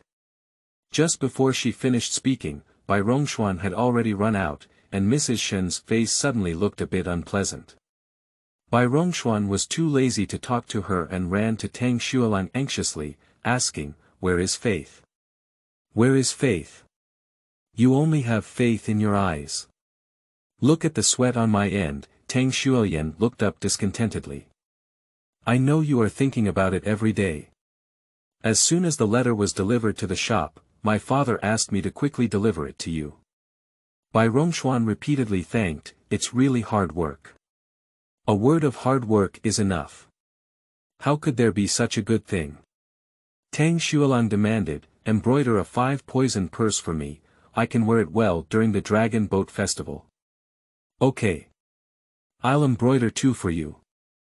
Bai Rongxuan was thinking about her brother's letter, not to mention the 5 poisons lotus bag. Even if she wanted the dragon robe, she would find a way to embroider one. Tang Xuelang smiled. There was something else going on in the store, and he didn't dare to stay long. He took out the letter from his pocket and handed it to Bai Rongxuan before hastily leaving. Bai Rongxuan quickly opened the letter and began reading it under the eaves. The brother in the letter answered her question in great detail, even telling her exactly what he ate every day. In the end, he also told her not to worry, as he was already of age and enough to take care of himself. He also said that if time allowed, he might return to Hangzhou for reunion this mid-autumn festival. Mid-autumn festival. Bai Rongxuan felt a pain in her heart. Her elder brother died the day before the mid-autumn festival. She folded the letter and put it back in the envelope. If we count the previous life, she hasn't seen her brother in a long time. She really misses him. Bai Rongxuan clenched the envelope and once again strengthened her beliefs. In this life, no matter what, she will change her fate and save her brother. She returned to the room, and Tang Xueru had already put down her pen. She leaned over and said, you promised to embroider 2 wallets for my brother. I don't care, you have to embroider 2 for me too. Oh my, I don't have that much time, Bai Rongxuan disagreed. Besides, Brother Rong sent me a letter specifically, so I have to show my gratitude. Next time I have a letter, I will also deliver it to you, Tang Shuiru persisted. Cough. Mrs. Shen coughed displeased on the side, and the room instantly quieted down. After class, Bai Rongxuan and Tang Shuiru went to greet Mrs. Tang, but unexpectedly, Huang and Tang were also present. Mrs. Tang kindly asked, "What have you learned today? Study hard and don't let down your good time. In this lifetime, you can just have so much of your own life. Once you finish it, it's gone. Don't regret it in the future." Bai Rongxuan was slightly taken aback, feeling that her grandmother's words today were quite reasonable. In her previous life, she spent a lot of time going with the flow and not following her true intentions. If she could understand this truth earlier, wouldn't many things be different? She agreed obediently. Tang Shuiru was attracted by the pastries on the table and vaguely agreed twice before going to eat them. Huang gave her a glare as she was about to teach her a lesson. Old Lady Tang had already spoken. "I heard that Brother Xi had written a letter." "What did he say?" Huang, as a daughter-in-law, naturally had no choice but to give up. "It seems that this time my brother's letter was only written to her, and no one else." Bai Rongxuan took out the letter and respectfully handed it to Mrs. Tang, saying, "It was when I asked my brother about his daily life last time I replied, and he specifically replied to me with great detail." Mrs. Tang did not answer the letter. "I'm getting old, my eyes are not good, and I can't read a few words clearly." However, Bai Rongxuan understood that her grandmother didn't want to read it, fearing that her and her brother's letters might reveal something private, leaving room for her and her brother to speak their own words. Tang took the letter and quickly finished reading it. He couldn't help but laugh and say, "It's not easy to travel from Hangzhou to Nanjing. You guys are so good. You even wrote about how many steamed buns you eat every morning. Why don't you write something useful?" Bai Rongxuan really wants to tell him that all of these are very useful. But she can't say anything, otherwise she will scare her mother. Huang looked on and learned that Bai Shoji might come back during the Mid-Autumn Festival. He happily said, "This is a big deal. I haven't seen Zhigo for 2 years. If he can come back this year, I'll prepare some crabs for everything I say." Brother Bai Shoji loves eating crabs very much. The old man asked what happened. He was also very happy to learn that Bai Shoji wrote in his letter that he might come back for the Mid-Autumn Festival. Brother Xi's house should also be cleaned up in advance, and he should powder it well. It's better to find a craftsman to do things properly in the summer, so that when he comes back, there will be no smell in the room. Huang smiled and agreed. Tang sat restlessly on the side and said, "Mother, Zhiga is not a child, so don't make the whole family fuss over him." Huang said, "It's better for this family to be busy and friendly. Besides, my nephew will have great success in the future. I'll make more arrangements for him now, and he's grateful in his heart. When I get old, he won't know how to show filial piety to me." A few words made Tang Laofu look spring breeze on his face. That's the truth. Let's take good care of ourselves and wait for these little ones to grow up and enjoy themselves. The atmosphere in the room is joyful and harmonious. End of this chapter. Chapter 7. Xiang Shi. You are listening at novelfull.audio. Chapter 7. Xiang Shi. Late March is the best time of the year for tea picking. For this reason, uncles Tang Songzhou and Tang Xuelang almost go out early and return late every day, busy with tea picking in the tea garden. The tea plantation of the Tang family is not very large, but at this time, each tea plantation is busy competing for spring tea, and the salary of tea pickers is also doubling. The Tang family cannot afford to hire too many workers, so Uncle and Tang Xuelang took their shop assistants to work together. In a few days, the two of them lost a lot of weight and were also sunburned a lot. Huang was heartbroken and arranged to cook chicken soup for the two of them to nourish their bodies, while muttering to Chui's mother, "Life is getting harder and harder nowadays. As a shopkeeper, picking tea by hand is something that I couldn't even imagine before." Chui's mother comforted her and said, "Fortunately, both the master and the young master are so good, not promiscuous, diligent, and always able to make a living." This sentence really touched Huang's heart, and she couldn't help but sigh, "You said it to my heart." Life is a bit difficult. As long as the family's hearts are still together, everything else is not important. If he disregards his family, only knows how to drink and gamble every day, and even raises people outside and comes back with illegitimate children, I really wish I could hang him with a rope.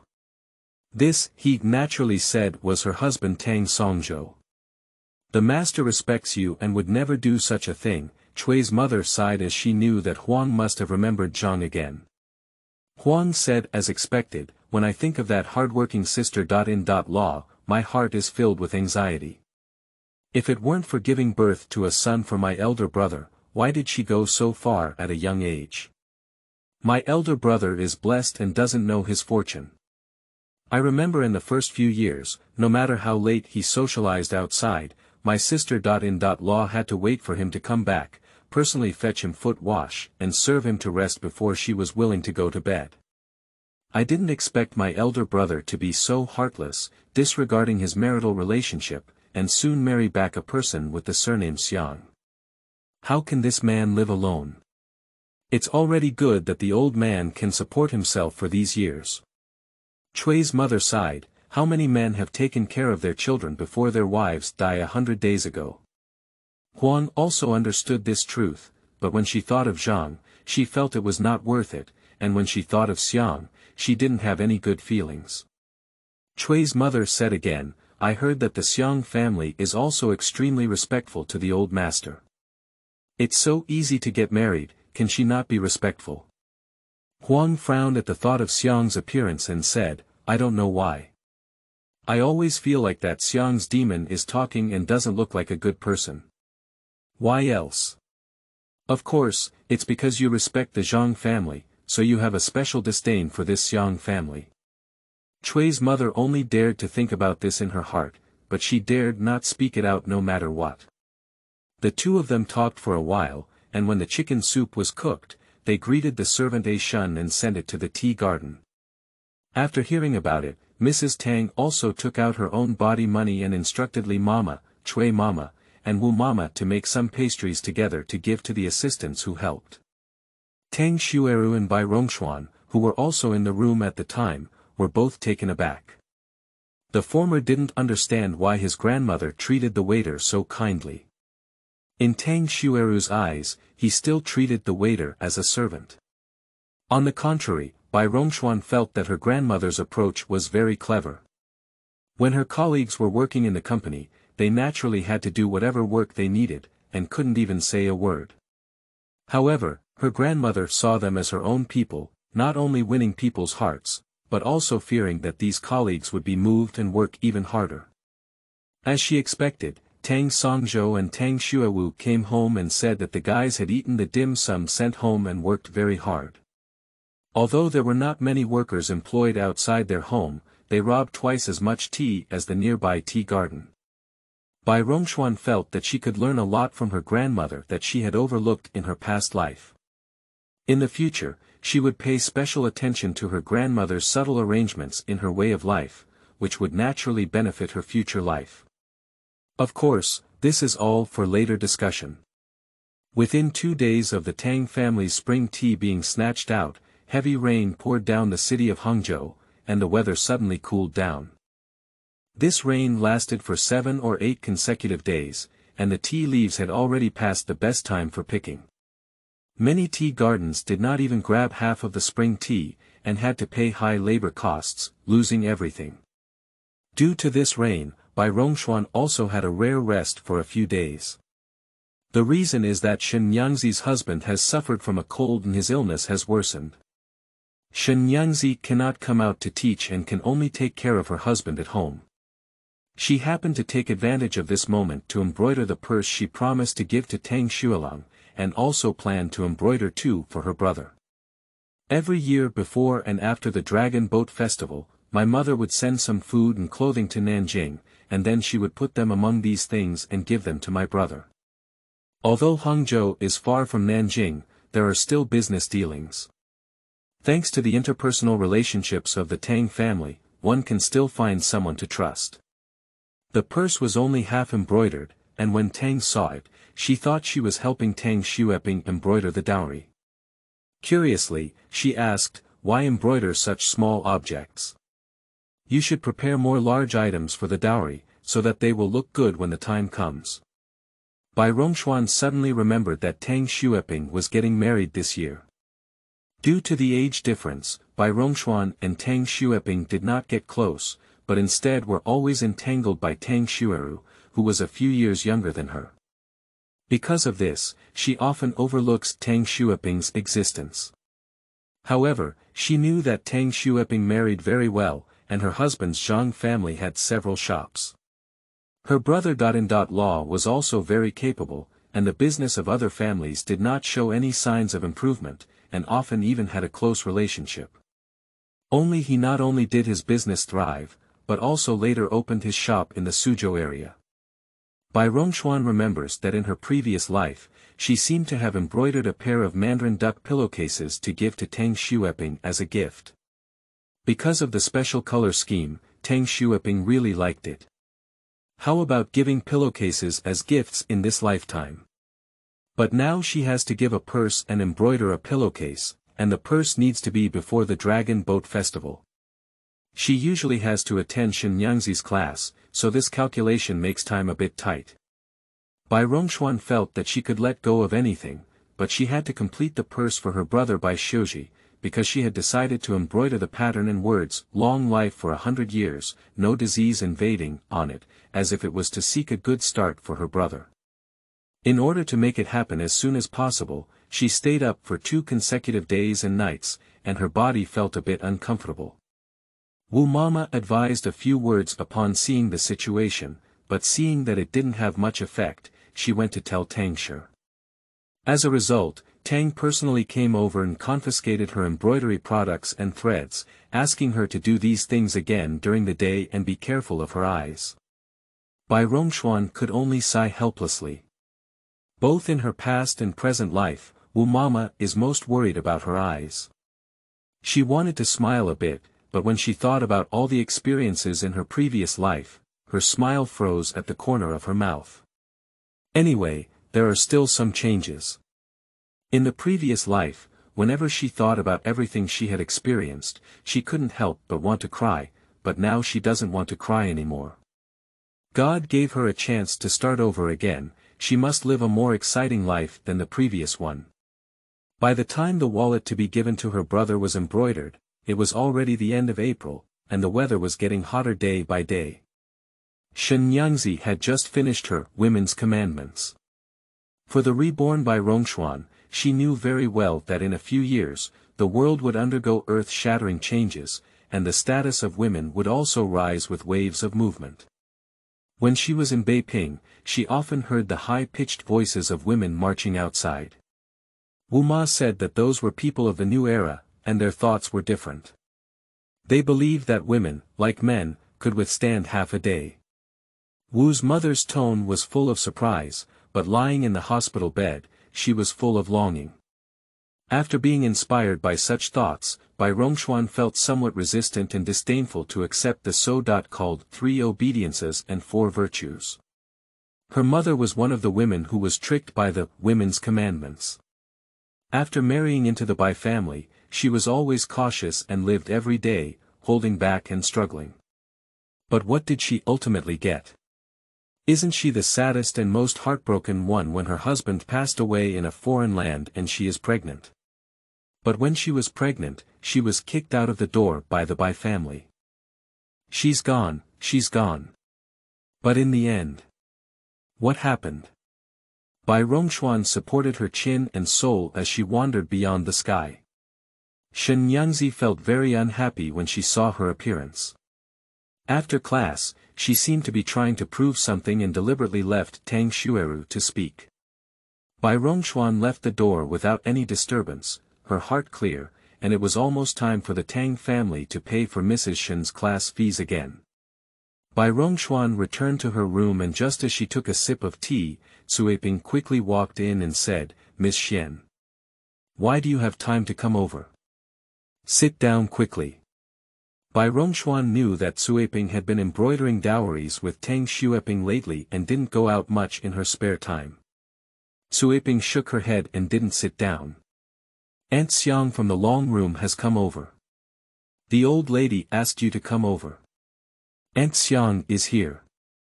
Bai Rongxuan had long wanted to see her, so she quickly put down her teacup and followed Suiping towards the courtyard where Mrs. Tang lived.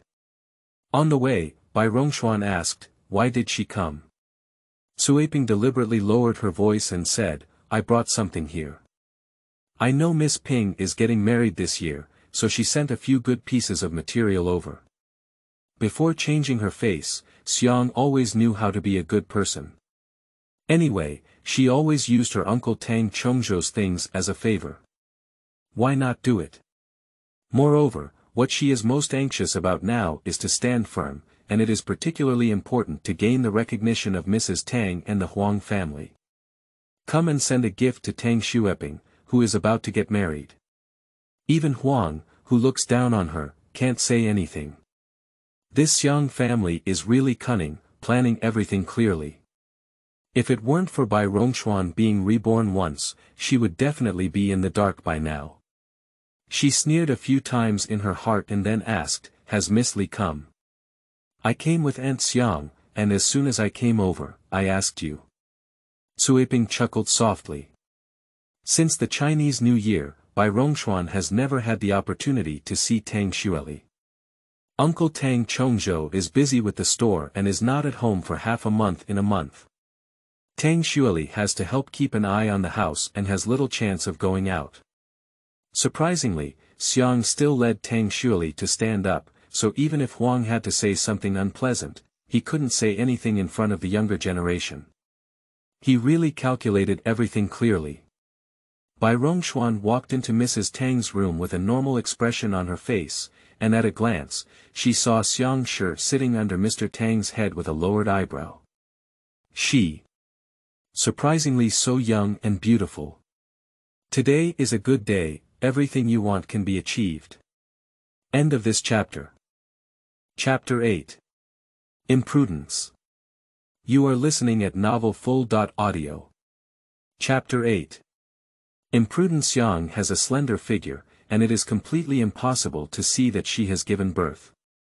Wearing an ivory white polka neck short shirt and a stone blue long skirt, the whole personality exudes a subtle elegance.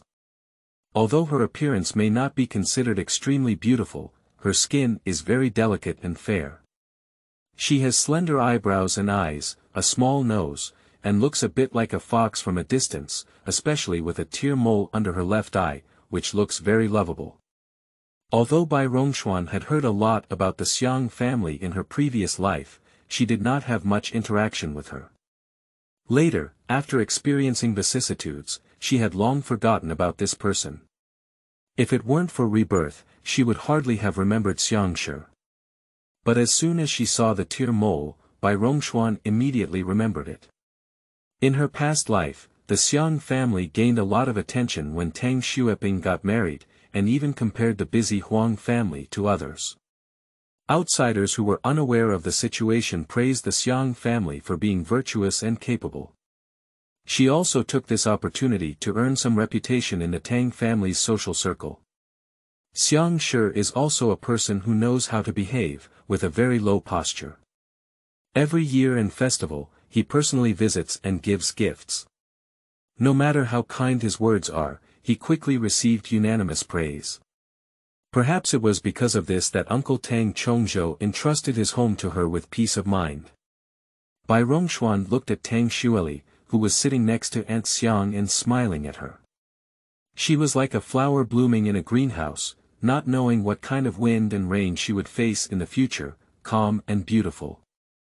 Bai Rongxuan secretly made up her mind that even for the poor Tang Xueli, she couldn't let Aunt Xiang easily fulfill her wish in this life. Unexpectedly, Tang Xueli had already stood up and walked over, affectionately holding her hand. "How are you? Are you all right now? I've been doing well for a long time, and I've been wanting to find an opportunity to have someone tell you, but I've never had the chance. Bai Rongxuan politely thanked me, thanks to the bird's nest you brought, otherwise it wouldn't have improved so quickly." Tang Xueli smiled and said, "As long as it works, why would you say thank you?" At this moment, Xiang stood up cleverly and approached Bai Rongxuan with a smile that seemed to please her. "Miss Xian, isn't she? She is dignified and elegant. She is truly a beautiful person. I have seen her a few years ago. If I had encountered her on the street, I wouldn't have recognized her." Bai Rongxuan turned her face to look at her and politely replied with a smile, "Who is this? It seems like I haven't been dignified and elegant for a few years." A sentence made Xiang smile freeze on his face. Tang Xueli didn't expect Bai Rongxuan to say such a thing. Her face changed slightly, and she said as if frightened, "This is Aunt Xiang." Xiang's reaction was also extremely quick, and he quickly admitted his mistake. "Miss Xian, don't be too careless. I'm a rough person and can't speak. Don't be too narrow-minded with me." Tang Laofu looked surprised on the side. On weekdays, Bai Rongxuan looked like a kitten, perhaps because she lived at her uncle's house and had an awkward status. She was polite to everyone and hardly said anything harsh. Today, for some reason, she actually got into a fight with the Xiang family. However, compared to the Xiang family, her own granddaughter is definitely more important, and Tang Laofu wouldn't speak for the Xiang family. She smiled on the side and explained to Bai Rongxuan, "Rongxuan, this is the Xiang aunt of the Changfang, Rongga's mother. She doesn't go out much, and you probably don't know her either. Although she looks young, in terms of seniority, she is your elder. It's not impolite to talk to elders." Mrs. Tang had something to say, seemingly introducing Bai Rongxuan to her, but in reality, she said that the Xiang family was cunning and married someone who was much older than her father, with a hint of contempt both inside and outside the words. Upon hearing her grandmother's words, Bai Rongxuan felt amused in her heart, but she still decided to step down and quickly bowed to the Xiang family. She sincerely admitted her mistake and said, "Aunt Xiang, it was my fault. Please don't have the same opinion as me and don't take it to heart." Xiang knew that she was someone at the heart of Tang Laofu, so she didn't dare to say anything. She politely smiled and said, "Whatever you say, it's all my fault. What does it have to do with you?" She lowered her posture very low. Mrs. Tang was very satisfied with her performance and said on the side, "Aunt Xiang knows that your sister Ping is getting married, so she specially sent a few good pieces of material over.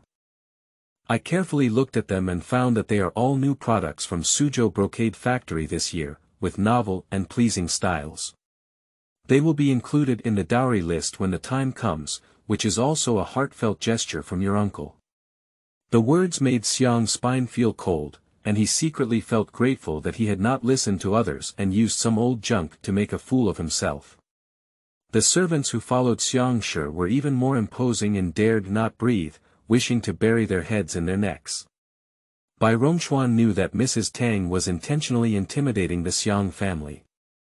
Don't think that if she doesn't go out for a long time, it will be easy to be deceived if she doesn't recognize the goods. Seeing that Xiang's face has changed, Bai Rongxuan felt relieved and said lightly, "Uncle has a heart. When Ping's sister gets married, should Li's sister also discuss marriage? She is only a few months younger than Ping's sister." Bai Rongxuan pondered in her heart that with the scheming of the Xiang family, it would not be easy to leak the fox tail. The best way to change Tang Xueli's fate is to marry her off as soon as possible. Anyway, Ronggu has already taken over the family business on the other side of Changfang, so there's no need to force Tang Xueli to take on the burden. Tang Xueli's face turned red with embarrassment upon hearing this, and she grabbed Bai Rongxuan's hand and said, "What are you talking nonsense about?" Tang Laofu looked at Tang Xueli with a heart-wrenching expression as if he had just remembered. "Isn't that right?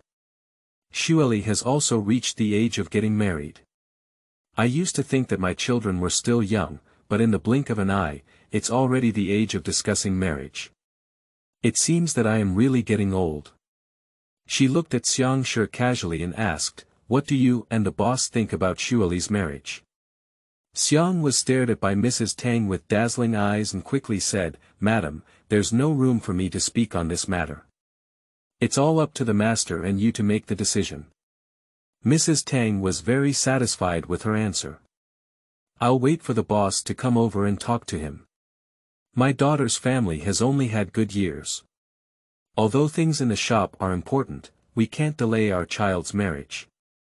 Tang Xueli blushed so much that she could bleed, and lowered her head without saying a word. Bai Rongxuan watched Xiang Shi's pretentious appearance on the side, and couldn't help but feel a pang of nausea. In the previous life, the Xiang family not only had a place to speak about Tang Xueli's marriage, but also had full control and did not give the second wife any chance to interfere, completely ruining Tang Xueli's life.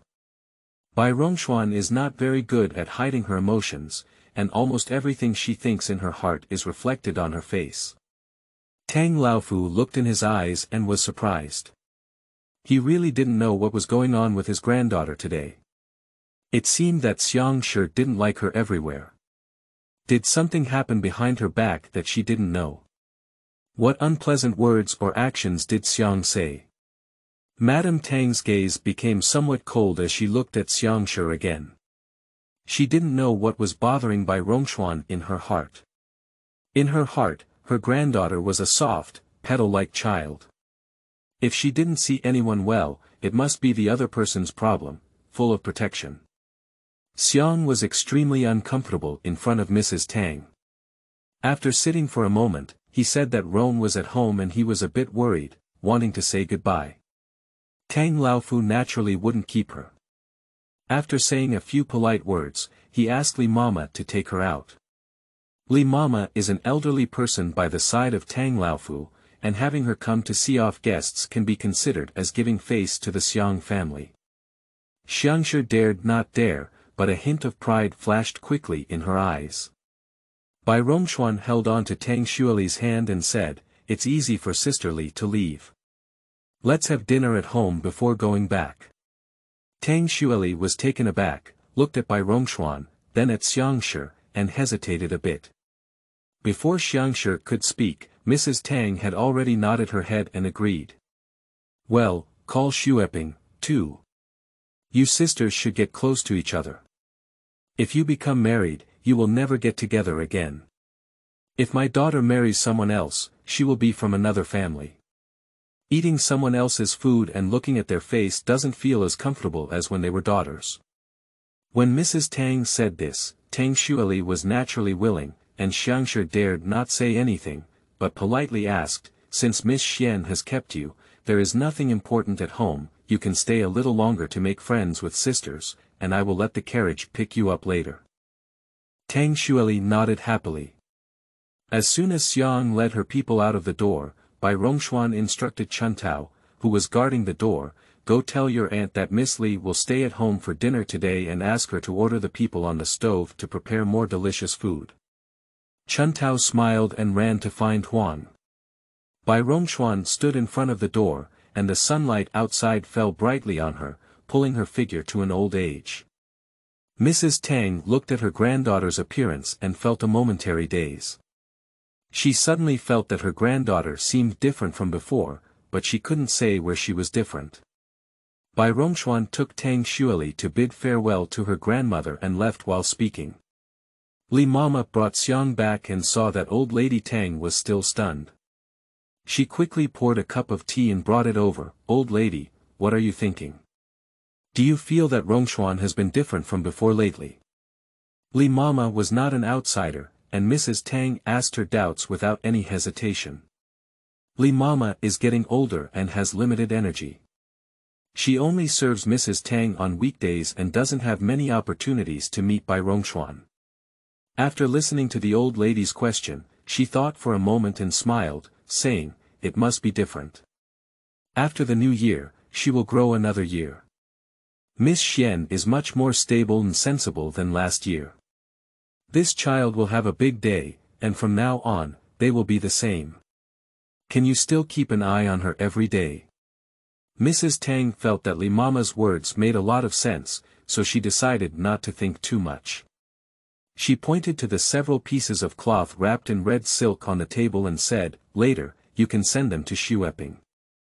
Anyway, this is also a bit of the Changfang's intention. We divide our families and do not divide people, and we cannot let outsiders talk nonsense. The Zhang family is not that small family, so don't underestimate Xueping anymore. Let her suffer injustice." Yes, Li Mama agreed, this Aunt Xiang is quite capable of being a good person.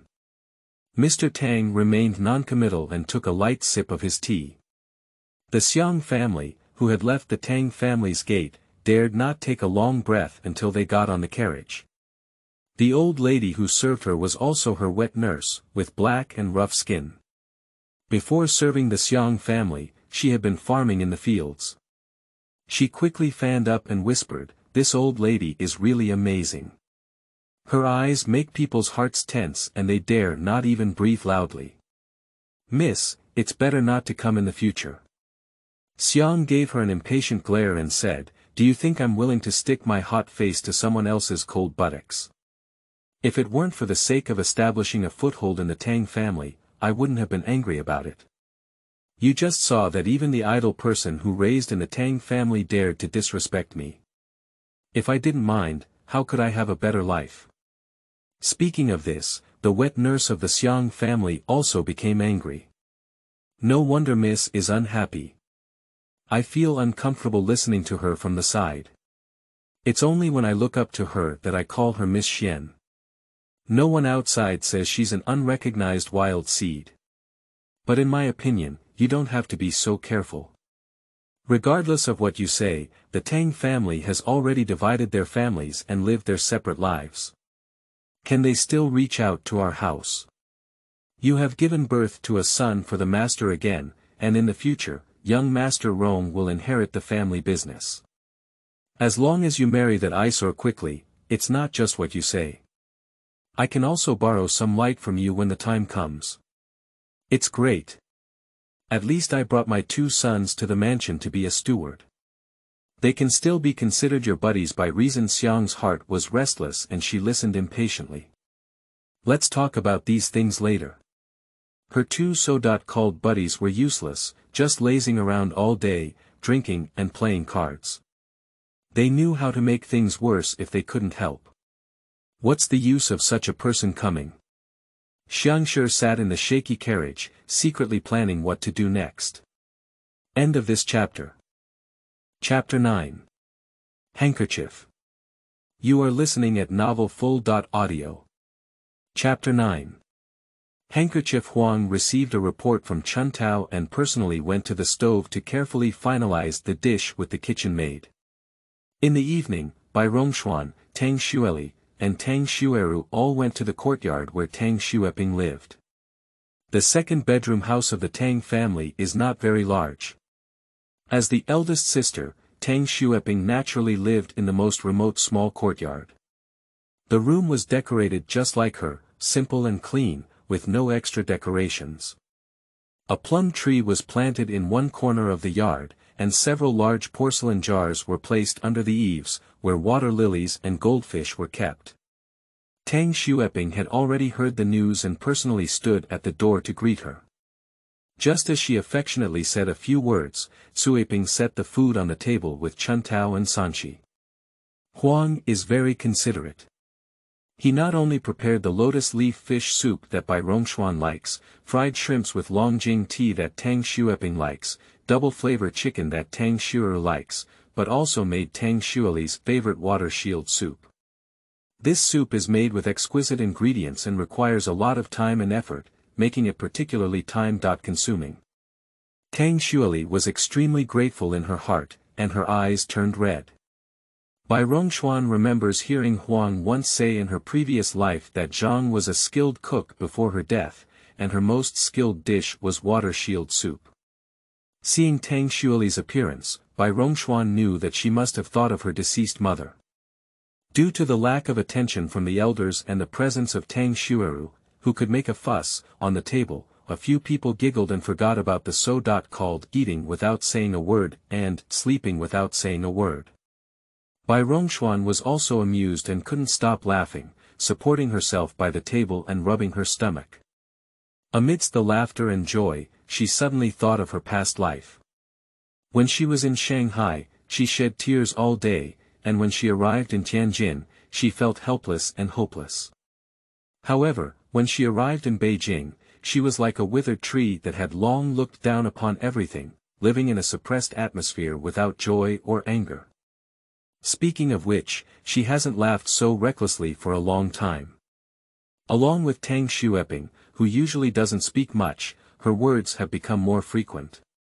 After dinner, she removed the table and gave the pre-prepared gifts to several younger sisters, all of which were handkerchiefs embroidered by her own hands. Tang Xueli's handkerchief is embroidered with wax plums, Tang Xueru's handkerchief is embroidered with hibiscus, but Bai Rongxuan's handkerchief is only embroidered with a few emerald green grass. Simple, pure, yet full of vitality. After receiving the handkerchief, Bai Rongxuan was taken aback and looked up at Tang Xueping with some confusion. Tang Xueping was also looking at her, her eyes facing each other. Tang Xueping gave her a gentle smile. Bai Rongxuan clenched her handkerchief, and in Ping Jie's smile, she seemed to understand the meaning of the green grass on the handkerchief. It grows in the dark, not valued or noticed, but perseveres and grows towards the sun. It cannot be blown down by the wind or killed by the rain. One day, it will also bloom beautiful flowers, right? She slowly stood up and sincerely thanked Tang Xueping. Tang Xueping had a thin skin and was blushed by Bai Rongxuan's gratitude. She didn't say much and shifted her words to another place. Xueping came in to continue tea, and a few people spoke for a while. Chun Tao came in and reported, "Miss Li, your carriage has arrived and is waiting at the door." As she was going out with the Xiang family, Tang Xueli didn't bring her maid. She looked at the time and quickly stood up, "Is it already this time? I should also go back and come to see you another day." There was also a Xiang family pressing on top of her, and everyone knew she was embarrassed at home and didn't dare to stay anymore. Bai Rongxuan and the others personally escorted her to the door and watched her get on the carriage before returning to their respective rooms. Bai Rongxuan returned to her room and washed her face under the service of Wu Mama. She asked her mother about her situation and found out that Tang had gone to bed early this morning before feeling relieved. Bai Rongxuan carefully put away the handkerchief given by Tang Xueping, and before she fell asleep, she spoke to Wu Mama, "How is your son doing in the countryside?" "Pretty. Pretty good," Wu Ma said evasively. Bai Rongxuan simply broke her lie and said, "Didn't you say that your sister-in-law is not good to him? In the cold weather, he still wants her to sleep in the cowshed, doesn't give him food, and even makes him do the hardest and most tiring work." Upon hearing this, Wu Mama immediately shed tears. She cried and said, "Leave your son over there. I know he's a sojourner, and life won't be too easy. But he's a half-grown boy. It's okay to endure some hardship and injustice, just to be experienced. But I didn't expect my cruel sister-in-law to treat him like a livestock. When I went back, the weather was still cold, and my sister-in-law only gave my son a single coat.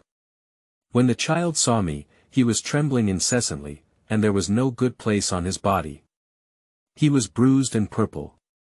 I asked him how he did it, and he said he fell while working in the field. I didn't believe it, so I secretly pulled him to ask, and he told me that it was all my uncle and sister-in-law who fought. Every day when the rooster crows, they make my son get up to work. If he dares to be a little late, he will be beaten by bamboo sticks. Moreover, during the Chinese New Year, he hasn't had a full meal. I went to find my uncle and sister-in-law to reason, and they even said that I have a lot to do. If I feel sorry for my son, I'll just take him with me. They don't want to raise him anymore." Upon hearing this, Bai Rongxuan followed her words and asked, "Haven't you ever thought of taking him with you?" Wu Mama said in distress, I am also a servant, how can I bring him? Bai Rongxuan asked again, what is your son's name? How old is he this year? Wu Mama sobbed and said, my name is Wu Jie. I'm 19 years old and 1 year older than brother Ji. Bai Rongxuan smiled and said, this name sounds nice. Who named it? Is it your husband? It seemed like she was thinking of her late husband, and a hint of uneasy nostalgia flashed on Wu's face. He's a farmer, and he's good at farming. How can we do such a thing as naming him? At that time, there happened to be a storyteller in our countryside who was good at storytelling. Our family loved to listen to that kind of thing, and when they were not busy with farming, they would run to the big elm tree at the entrance of the village to hear about it. They often invited the storyteller to our house for tea, and over time, they became familiar with each other. The storyteller heard that our family, Jie, had not yet had a proper name, and they would call him Little Mousy all day long, so they gave him such a big name. I hope he has no grudges and is a person with a broad mind. My heart has no grudges. How easy is it to talk about? Bai Rongxuan couldn't help but let out a bitter smile as she remembered how she had never let go of her hatred and concern for the Bai family in her 2 lifetimes. Perhaps the belief that supports her survival is also the price she should pay for the Bai family, right? Although she also knows how insignificant her power is. Thinking of this, Bai Rongxuan suddenly thought of her brother Bai Shuji. In his past life, he studied so hard and wanted to achieve some results. Was it also to show the Bai family? Wu Mama wiped away her tears and saw Bai Rongxuan feeling a bit dazed. She sighed and said, Miss, don't worry. He is a boy, and eating some hardship will only benefit him in this life without any harm. Only by enduring hardship can we know that happiness is not easy to come by and have the energy to strive upwards. Bai Rongxuan regained her composure and said, it's not a long-term solution to keep going like this. If we could bring him to the Tang family to work, it would be great. You don't need to separate your mother and son, just take care of him nearby, and you don't have to worry about him anymore. Bai Rongxuan thought Wu Mama would be very happy with her proposal, but she didn't expect Wu Mama to exclaim in panic, Miss, this is absolutely impossible. This surprised Bai Rongxuan greatly.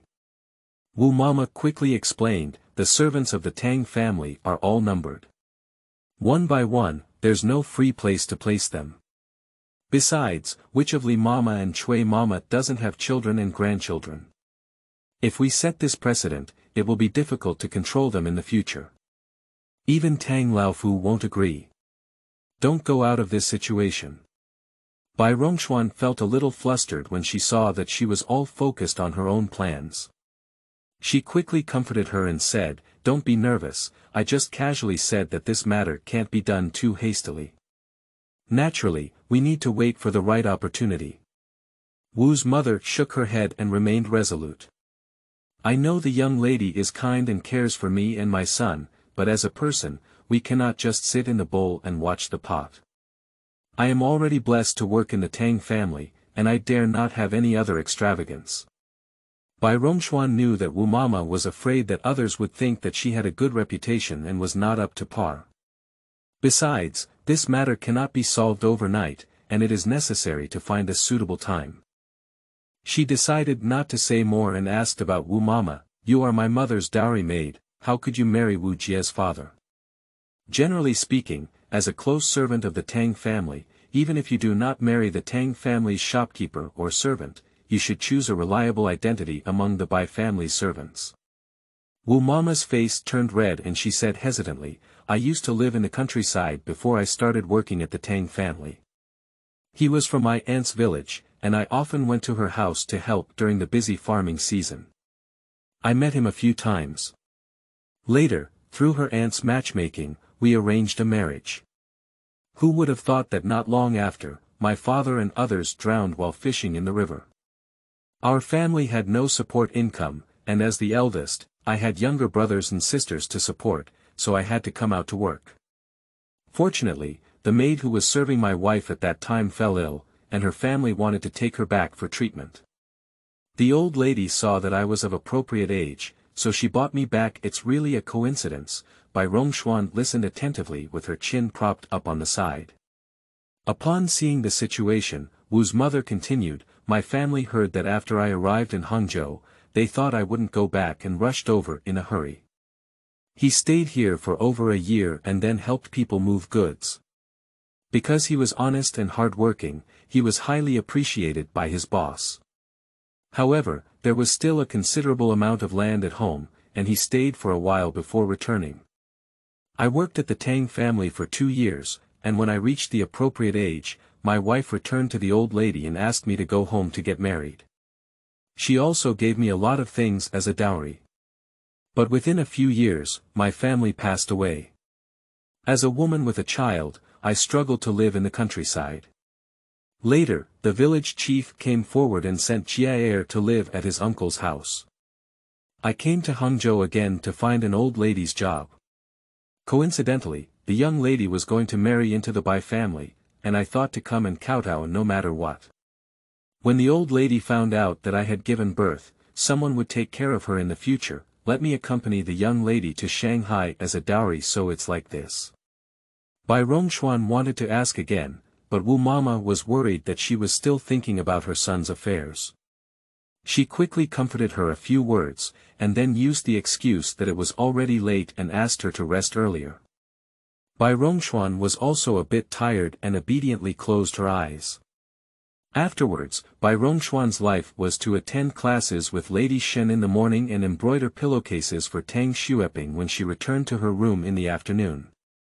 After a while, the weather became increasingly hot, and Uncle Tang Songzhou and Tang Xuelang began to discuss the dragon boat race during the Dragon Boat Festival. Every year during the Dragon Boat Festival, the Chamber of Commerce in Hangzhou organizes a dragon boat race. In addition to the drum head, there are 30.2 scratched hands on each dragon boat. Unless it is a large shop, few people can gather so many people, so many shops will unite. Dragon boat racing has the meaning of praying for blessings and receiving wealth, and every shop pays special attention to this activity, especially now that business is becoming increasingly difficult and everyone wants a good omen. Bai Rongxuan thought that the Dragon Boat Festival was coming soon, and her mother should have prepared the things to send to her brother. So she sent the 2 embroidered handbags to her mother's room. Who knew that my mother was not there? I asked Wu Mama and found out that she had been called over by my grandmother. Bai Rongxuan left the purse and asked Wu Mama to put it away. When her mother sent something to her brother, she put it inside. Wu Mama saw that the purse was embroidered very exquisitely, with the words "safe" on it, and smiled and said, "Miss is also interesting." Others would embroider a golden list title and a marquee-like design when giving gifts to their brother, hoping for a future. You are different from others. As long as the young master is safe, everything will be fine.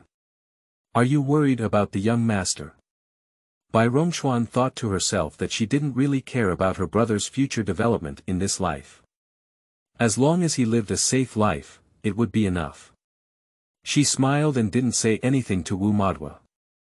She went straight to Mrs. Tang's yard.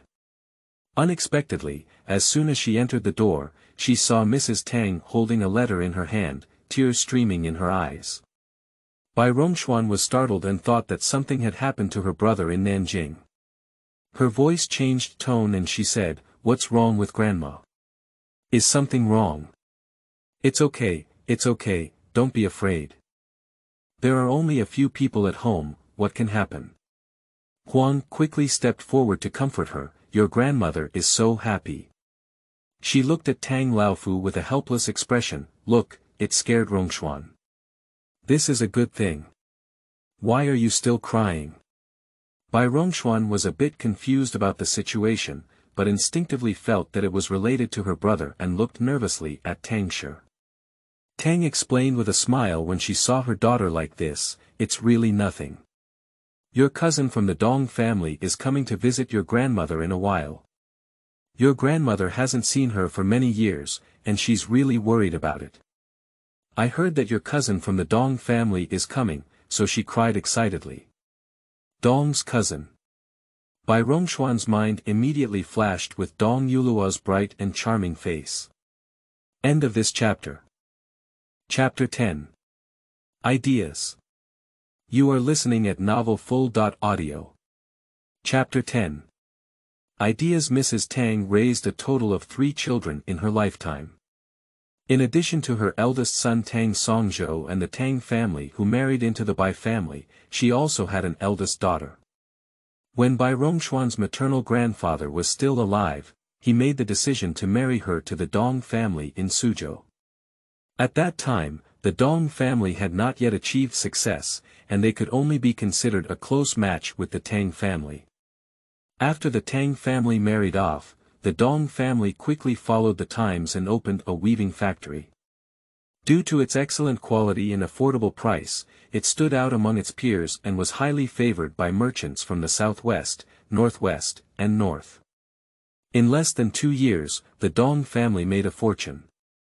Unfortunately, the great Tang family had limited fortune and died of illness shortly after giving birth to a daughter. This has always been a pain in Mr. Tang's heart. The Tang family rarely mentions the great Tang family in front of her, fearing to make her sad. Dong Yuluo is the daughter of the Tang family. Although she had a poor background and lost her mother in childhood, she has a grandmother who loves her very much. The old man of the Dong family knew that his son was still young, so he couldn't keep going.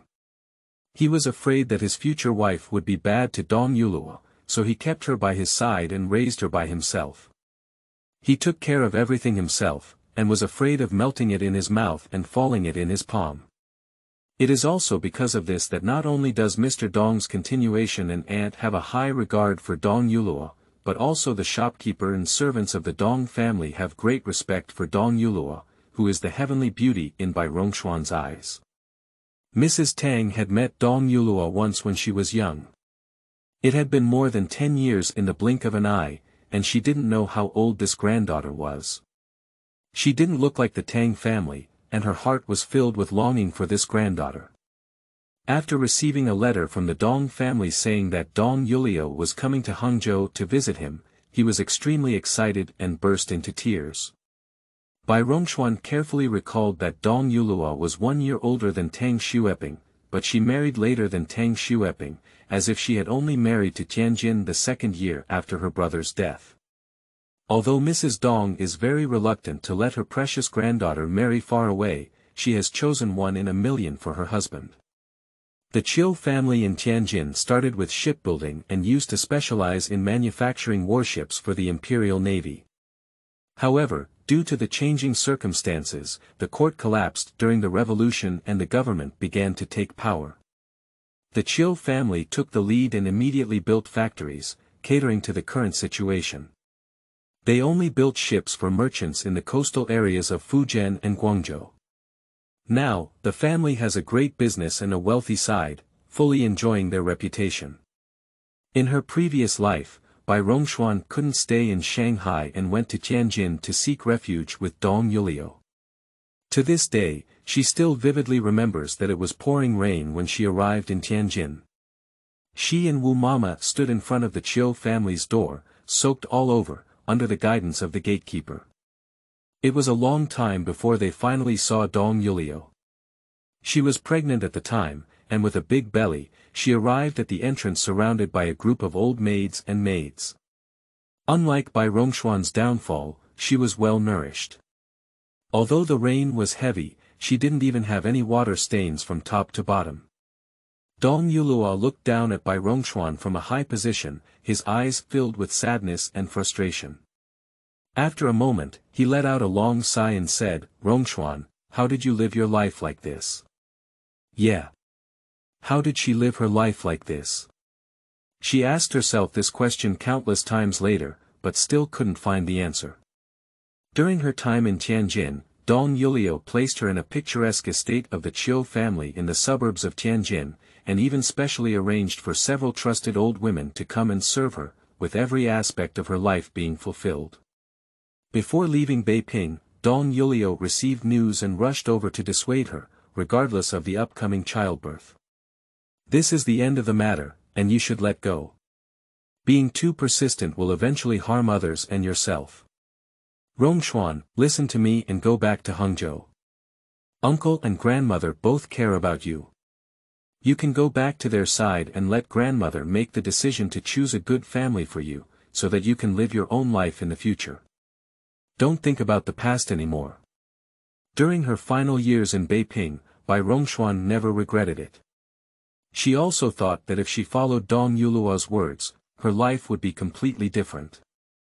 However, she resolutely went to Beiping. In order not to be discovered by Dong Yuluo, she even quietly left with Wu Mama at night, leaving only a text message for Dong Yuluo. I didn't expect to see Dong Yuluo in advance in this life. Bai Rongxuan racked her brains to recall that there was never a memory of Dong Yuluo visiting her grandmother in the previous life. At this time in her past life, her brother was still alive and she lived peacefully in the Tang family. If Dong Yuluo had come, she could not have forgotten. Probably a lifetime of rebirth, many things will change. My grandmother cried for a while, but with the comfort of Huang and Tang, she stopped her tears. As people get older, these tears are not valuable anymore. Just say them and let them go. She made excuses for her loss of composure. We all know that you're thinking about your granddaughter, Huang said with a smile on the side. Did the Dong family mention in the letter when it will arrive? We can also make some preparations in advance. Tang Laofu also regained his senses and handed the letter to Huang. That's not to say. Yuluo has been with Mrs. Dong since childhood, and she rarely goes far. I believe Mrs. Dong will also make arrangements and not be too casual. Before Yuluo sets off, she will probably send a family steward to come over early to say hello. Huang nodded repeatedly and said, that's good. There aren't many empty rooms at home, should we rent an inn? There will be a place to accommodate people when they come. Tang Laofu said humanely, Yuluo must be staying at home. Jiga's room was supposed to be ready for him to come back to live on Mid-Autumn Festival. It's better to start making arrangements now. When Yuluo arrives, he will stay in Jiga's room first. As for the servants of the Dong family, let's rent an inn to serve them. It's better not to be too far away from home, so as to avoid trouble on both sides. Huang repeatedly agreed, then I'll tell Brother Rong tomorrow not to help in the shop, but to find a worker to tidy up the room first. I went to see it the day before yesterday, and the inner wall must be painted, and the outside needs to be repainted. Just add a few new pieces of furniture. Tang Laofu nodded and said, you don't need to be too troublesome. Even if we demolish and rebuild the house, it may not be as good as a corner of the Dong family. The son doesn't mind the mother's ugliness, and the dog doesn't mind the family's poverty. Anyway, this is the place where her mother lives. The Tang family only has such great abilities, and Yu Luo won't be picky. Huang nodded repeatedly, but she was already someone who spoils children and only wanted to give the best to her long-lost niece. Bai Rongxuan thought for a moment before interjecting, in my opinion, if we were to rent an inn, it would be better to rent a house. Firstly, the people coming and going in the inn are afraid that the Dong family will find it uncomfortable to live there, and secondly, it seems that our Tang family's foundation is too weak, which makes the Dong family look down on. Renting a house, let's not talk about it, and the Dong family can still inquire if it is a Tang family house. Tang Laofu was taken aback and began to ponder with some hesitation. Huang and Tang exchanged a glance, and Tang disagreed with their daughter's approach. I think my mother's words are quite right. It's better not to do this kind of face-saving job, he said. Bai Rongxuan explained, it's not just for the sake of face, but also to show respect for my cousin. No matter how good the inn is, it's better to be comfortable at home. Besides, even if it's a better inn now, it may not be cheaper than renting a house. If you don't believe it, just let Brother Rong go out and inquire. Huang's heart moved as she listened. The Dong family has been developing well in recent years, and many cloth shops in Hangzhou are buying goods from the Dong family. The masters of the Dong family are also very capable, and their business is doing exceptionally well. At this age, Huang no longer expected the Tang family to be wealthy and prosperous, but her own children gradually grew older. If she could get along well with the Dong family, she might have some hope in the future when she died. Therefore, she was even more concerned about Dong Yuluo's arrival this time. Huang said, "I think Rongxuan's idea is good. Otherwise, when the master comes back, I will discuss it with him. I know how to revolve around the Guotai all day long. Who knows what's going on outside? The master is always outside, so he must have more knowledge than me." The daughter-in-law valued his son, so Tang Laofu naturally felt happy and nodded in agreement. When Tang Songzhou returned from the tea shop in the evening, Huang told the whole story.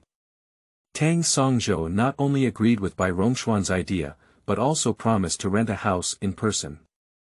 In the end, he didn't forget to praise her, saying, "Rongxuan is really old and has ideas. In the future, let Ruer follow her more and learn hard. She is not young anymore. How can she be crazy all day?" The mention of Tang Xueru and Huang Shi gives a headache.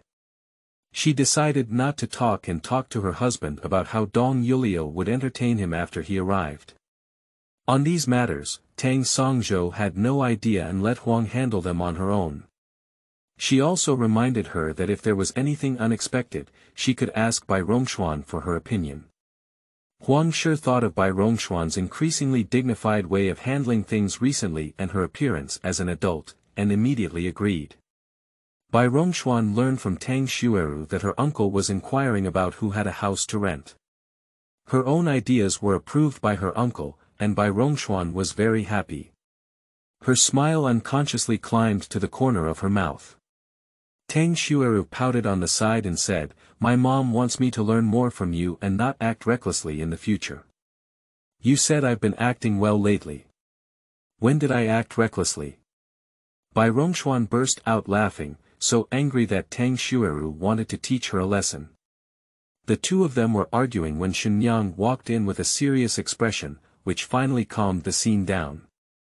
After finishing the Women's Commandments, Lady Shen began to talk about the biographies of women. Bai Rongxuan did not like Lady Shen's character, and because she had already listened to it once in her previous life, she did not listen carefully in class. 2 days later, Huang came to discuss with Bai Rongxuan about welcoming Dong Yuluo.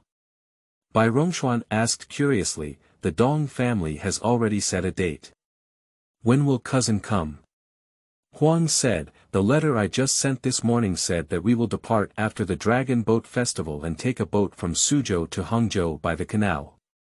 I calculate that this day is approaching, and I don't know how your uncle's house is being rented." The rental of Tang Songzhou's house was not going smoothly.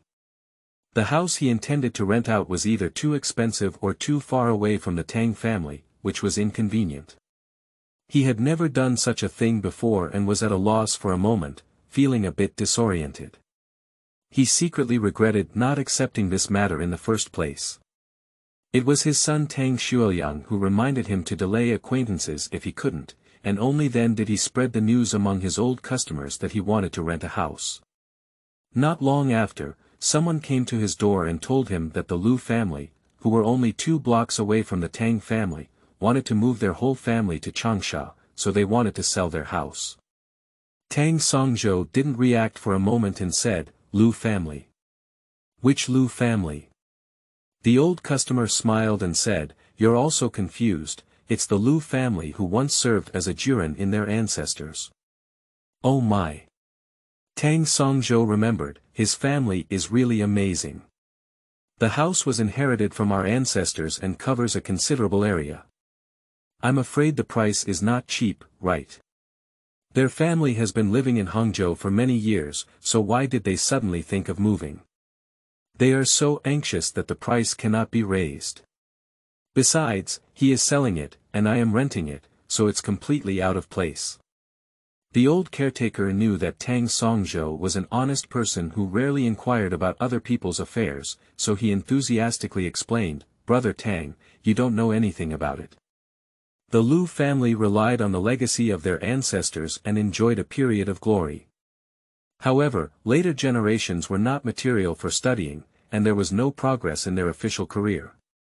They had no choice but to join forces with others to start a maritime business. It was also their family's misfortune. In the first few years, foreign goods were still very novel, and as soon as the ship docked, they were snatched away by major commercial banks.